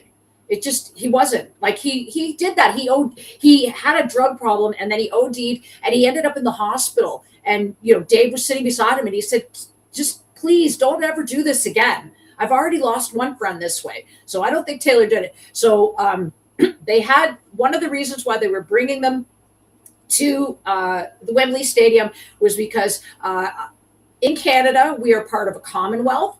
That Commonwealth, therefore, includes the Royal Merchant Navy and the King of England.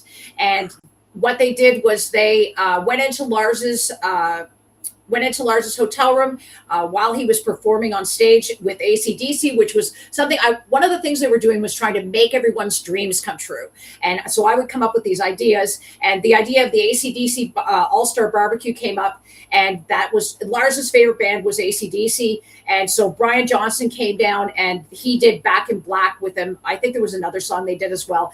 But while he was there, His Majesty's Secret Service broke into Lars's hotel room, or didn't break it. He probably walked in, and they stole all the data off his computer and his phone, which showed them the information about me and the stalking. As I said, I was told that there was a file folder on his laptop that had my name. And then when you opened it, it showed you every single person who had stalked me, the thing that they had done, and how much they had paid them. So that's what I can confirm or deny. My thing is that they haven't said one word to me. My lawyer has contacted them. They have his direct contact information. They have not contacted him or mentioned anything. They have not asked for a cease and desist. They have not asked for anything. And as you see, I'm like completely slanderizing them. I would tell you to shut up even if I cared. But, and the other thing is that James has taken over all the PR details as well as Black and Whiskey. Lars has nothing to do with any of that anymore. And Lars would never give up control. Never. I mean, he knew what a shitty drummer he was, and he knew that the only way that he was staying in this band was by generating all of these ideas and his managerial skills. And those ideas were stolen, not just from me, but from other people. Crowbar, Ron Quintana, just to name two, but I'm sure there's lots of people out there. I know people have contacted me and said how they've been ripped off by staff before with the promise of tickets, and then instead they just get fucked over, and they come up with their part of the bargain, and then the staff just fuck them over. So they said, is James Hetfield real? Yes, to a degree. He's pickled himself as well as.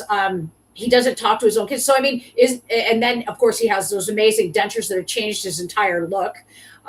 So he's real, but is he real as far as his honesty?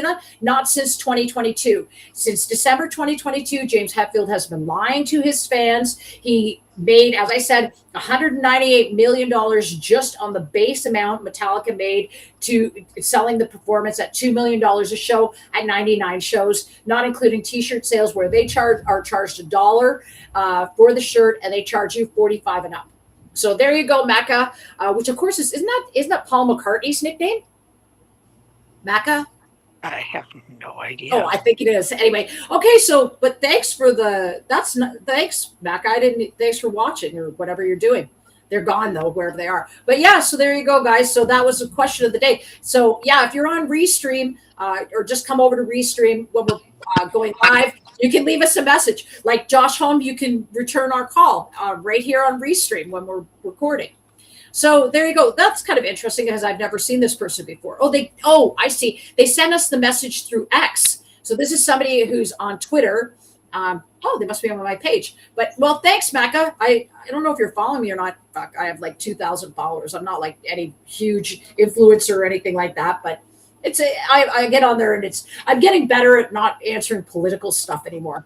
I've grown tired of it. I'm weary. So. Yeah, so there we go. So everybody is now completely hammered because I just had a 5-minute Metallica rant. But I say the best. Just probably chugged an entire bottle of Jack on that one. Don't drive right now. Anybody watching this stream, don't drive. So yeah, No driving. So, and no operating heavy machinery either. So there you go. And don't go swimming. If you're drunk, don't go swimming. You just sober right out. Don't you notice that? No. Oh, yeah, I always noticed that. This my buddy had an indoor pool, and so we just get fucking wasted. And then we jump in the pool, and it was like, oh, I'm tired. It's like, oh, that was a waste. It's expensive. So yeah. Anyway, that was a long time ago. So because I'm old, and it's okay though. I'm good with that. You're It's like, old. oh yeah, Jennifer Finch would have been 60. So it's just like, yeah, I'm like, great. I can't believe I lived this long and I'm going to live longer and I'm going to live longer. I'm going to outlive Lars. Oh, drink again. You're welcome. That we already have, according to you. Yeah, well, yeah, watch everybody's like, oh, fuck, we're out of beer now. So, but you're welcome.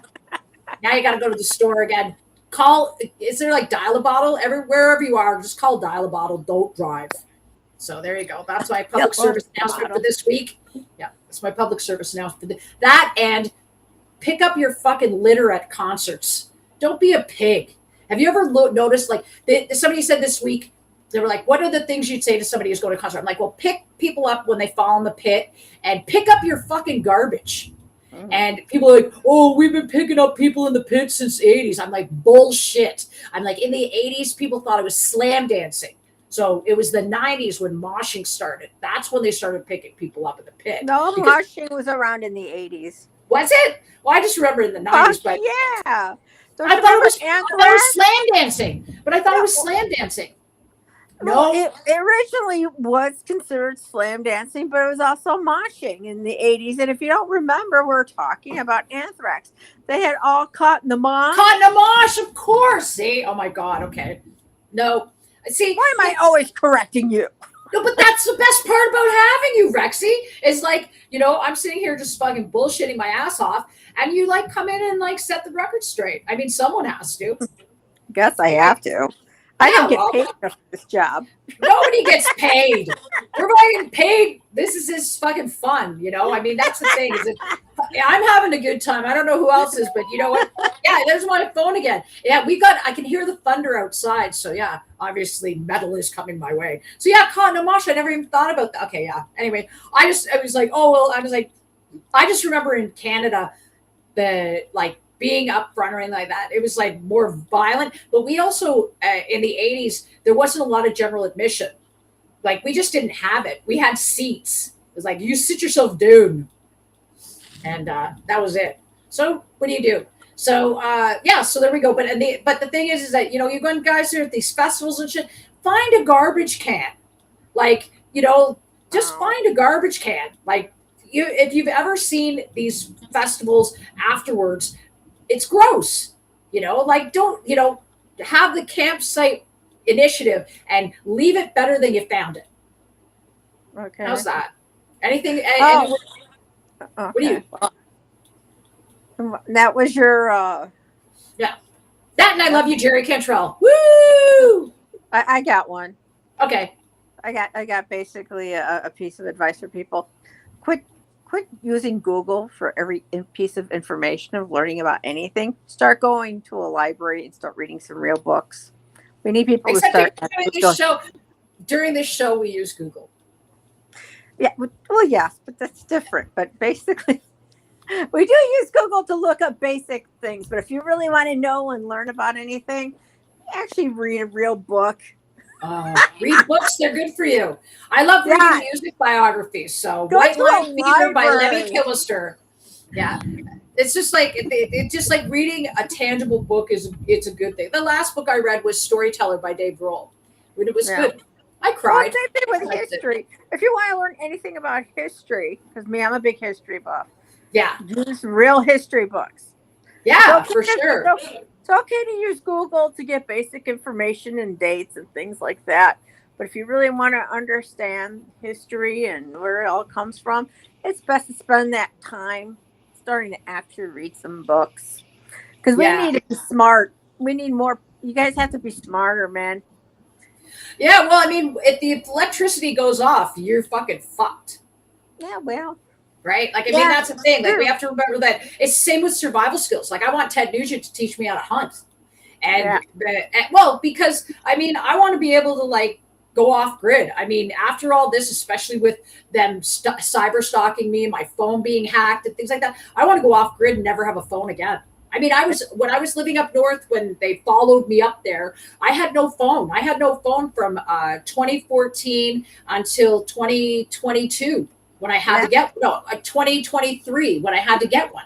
But before that, I had no phone, and it was like so lit. Like it wasn't great when I was doing the My Global Mind stuff because nobody could get a hold of me except by email, so nobody could call me and this and that. And I had a couple times where I had some like scheduling issues, but other than that, it's very liberating not having a phone. I mean, I'm in the city now. I have to have it, but not having one was I had a computer. I could do Skype calls and things like that, but not having a phone or putting your phone down and like I'm not one of those people that takes pictures at concerts, and I always keep it in my pocket.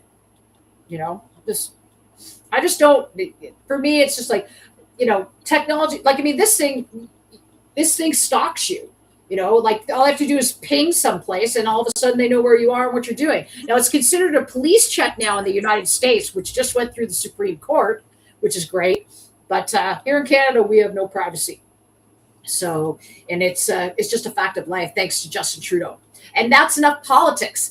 And so anything else, Rex? We are at the 2-hour mark as usual. That's crazy. I think I had my fill of giving my little bit of information and sending my a little bit of rant. No, you did great. You always do great. That's why I'm so grateful that you are my co-host. And we can even change up your avatar again. But like, look at the abs on this avatar. R.I.P. my waistline. So yeah, it's a when good I look. was young, my waistline was like that. Oh wow! No, I never had a waistline. Never. No, yeah, I'm just I had a really small waist. I was like a 36, 25, 30. 25? Yeah. 25? I don't even think I was 25, like 6. I don't know. So yeah, no, I've always had a bit of I'm built like a boy. I know that. I'm okay. Why? What was your waistline? A 6? Is that what you 28? said? No, I said when I was 6. No, my waistline was like the smallest it's ever been is a 28. And I was like fucking starving myself back then. I was like, not now. It's like now I like ice cream. And I have my ice cream this week because it's my cat Salem's birthday or adoption day. I got birthday cake ice cream, but it's dipped in vanilla chocolate. So good. It's like major sugar buzz. So good. There goes your 28-inch waist. Fuck that. That was a long time ago. Now it's like 34 and I give up. No, man. I like food way too. Like, that's the thing. Again, like I could never do meth or cocaine because I love food. I just love it. I love food. And and it's like, that's why I quit drinking too. Because now I can kind of eat whatever I want as long as I do my steps. Right. I guess our first commercial we're going to be doing is Good Ranchers or something. Oh yeah, no, Dunkin' Donuts, man. I'm going to call Ben Affleck, say fucking let's do a Dunkin' Donuts commercial. Dunkin's. Why not? Well, they're coming to Canada, so they might as well have an ambassador. I like the pink donuts, and maybe we can get Yves Mousy to do it with us. Donuts. Don't like your donuts. I don't eat donuts. Don't eat donuts. All right, everybody, that's enough. Why are you still watching? We'll call the Yves donut. A special Yves donut. Now, what would the Yves? Okay, then we're gonna go. What would the Yves donut taste and look like? What would it look? I mean, it would taste like fire, so there'd have to be cinnamon in it. Well, I think it would be like a Bismarck. Okay. With maybe like I don't know, with like swirls on top, like swirls. Okay. Yeah. What color is the icing? Brown icing. Brown icing. Red icing. I think it should be orange, like flames. Oh, that's true. Yeah. Actually, it should be like a mixture of brown and flames, like all that kind of smear around. Yes. So and the center, what kind of center should it be? Whipped cream. Whipped cream. Whipped cream. Okay.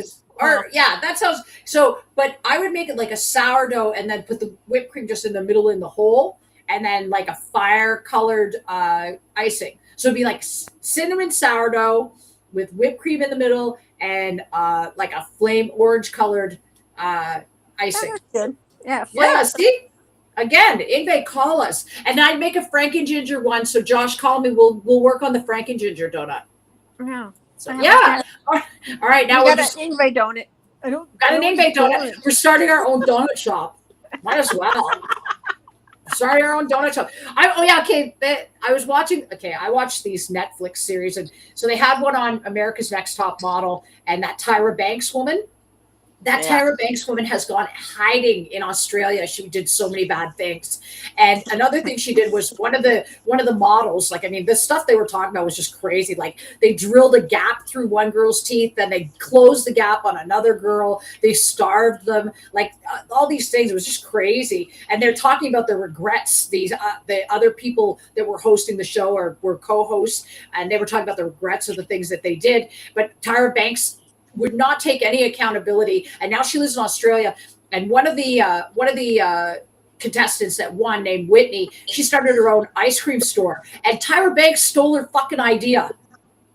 Oh, I was like, wow, like, you know, yeah, I mean, it's just brutal. Like, didn't you take enough from these girls? Anyway, that's my rant on that. That's what happens when your career was being a Victoria's Secret model. Yeah, well, I mean, no, she did Higher Learning too. She was a pretty decent little actress. That movie's great though. But you know, I mean, the thing was just when I watched this doc, it was like a 3-part series. And I was like, you know, I mean, the way they exploited these girls was just wrong. I mean, and were they ever skinny? Woo, boy. It was just crazy. It was like they were like, oh, and you look like you put on a bit of weight. I'm like, what are you talking about? Anyway, that's and apparently that weight. Well, now everybody's just using Ozempic and looking like that. And it's just like, no thanks. I'm good. Mm-hmm. I'll eat my donuts and my fucking coconut water. Donuts. I'm having cheeseburgers for dinner. So yeah. All right. So happy International Cat Day to all you cat lovers out there. And if you're not a cat lover, what is your fucking problem? Because cat meow. But the thing that a lot of people don't know that I'll tell you is that the cat's purr is the actual same sound of regenerating stem cells. So don't tell me these aren't special creatures. The Egyptians knew what they were doing. And so give your cat a pat. And if you don't have a cat, go get one. Go get one from a shelter, rescue them, adopt, don't shop. And I adopted 2, and they've been such a great thing, especially after what Callie Hatfield and her baby daddy did to me. Drink again. Just before we go, you're welcome. You guys are going to be so trash. You're never going to get over a hangover tomorrow. Yeah, I was going to say, the hangover is dedicated to me tomorrow. You're welcome. Whatever. So anyway, whatever major Walmart shop. So, okay, so have a great weekend, everybody. Be nice to each other. Please don't drive after the show. And and anybody who's on tour right now, have a great gig. And all you fans that are here in Toronto for the Rush Show, thank you for being here. We love you so much, and we're so glad you're here. You're probably putting tourism through the roof, as you know, probably more than Gay Pride, which is great. So thank you not just joking. So, but thank you to everybody, and I hope you have great. If everybody's going to concerts, enjoy your concerts this week. Oh, that was another thing. That's one thing I forgot. Guns N' Roses played in Toronto, and the night after the Foo Fighters, which was the 6th, and they played, and Chris Stapleton, the country singer, came on stage and sang "Knocking on Heaven's Door." The next night, Chris Stapleton played the same venue, which is the Rogers Stadium, which is ridiculously huge, and Guns N' Roses performed at his show. So I'll see if I can get some video on that. My buddy went to both shows, and he said the Foo Fighters were great. He wasn't exactly impressed with Guns N' Roses, but you know, I mean, I haven't seen them in a long time, so I don't know. But you know, somebody's going. If they were able to sell out Rogers Stadium, then somebody's going.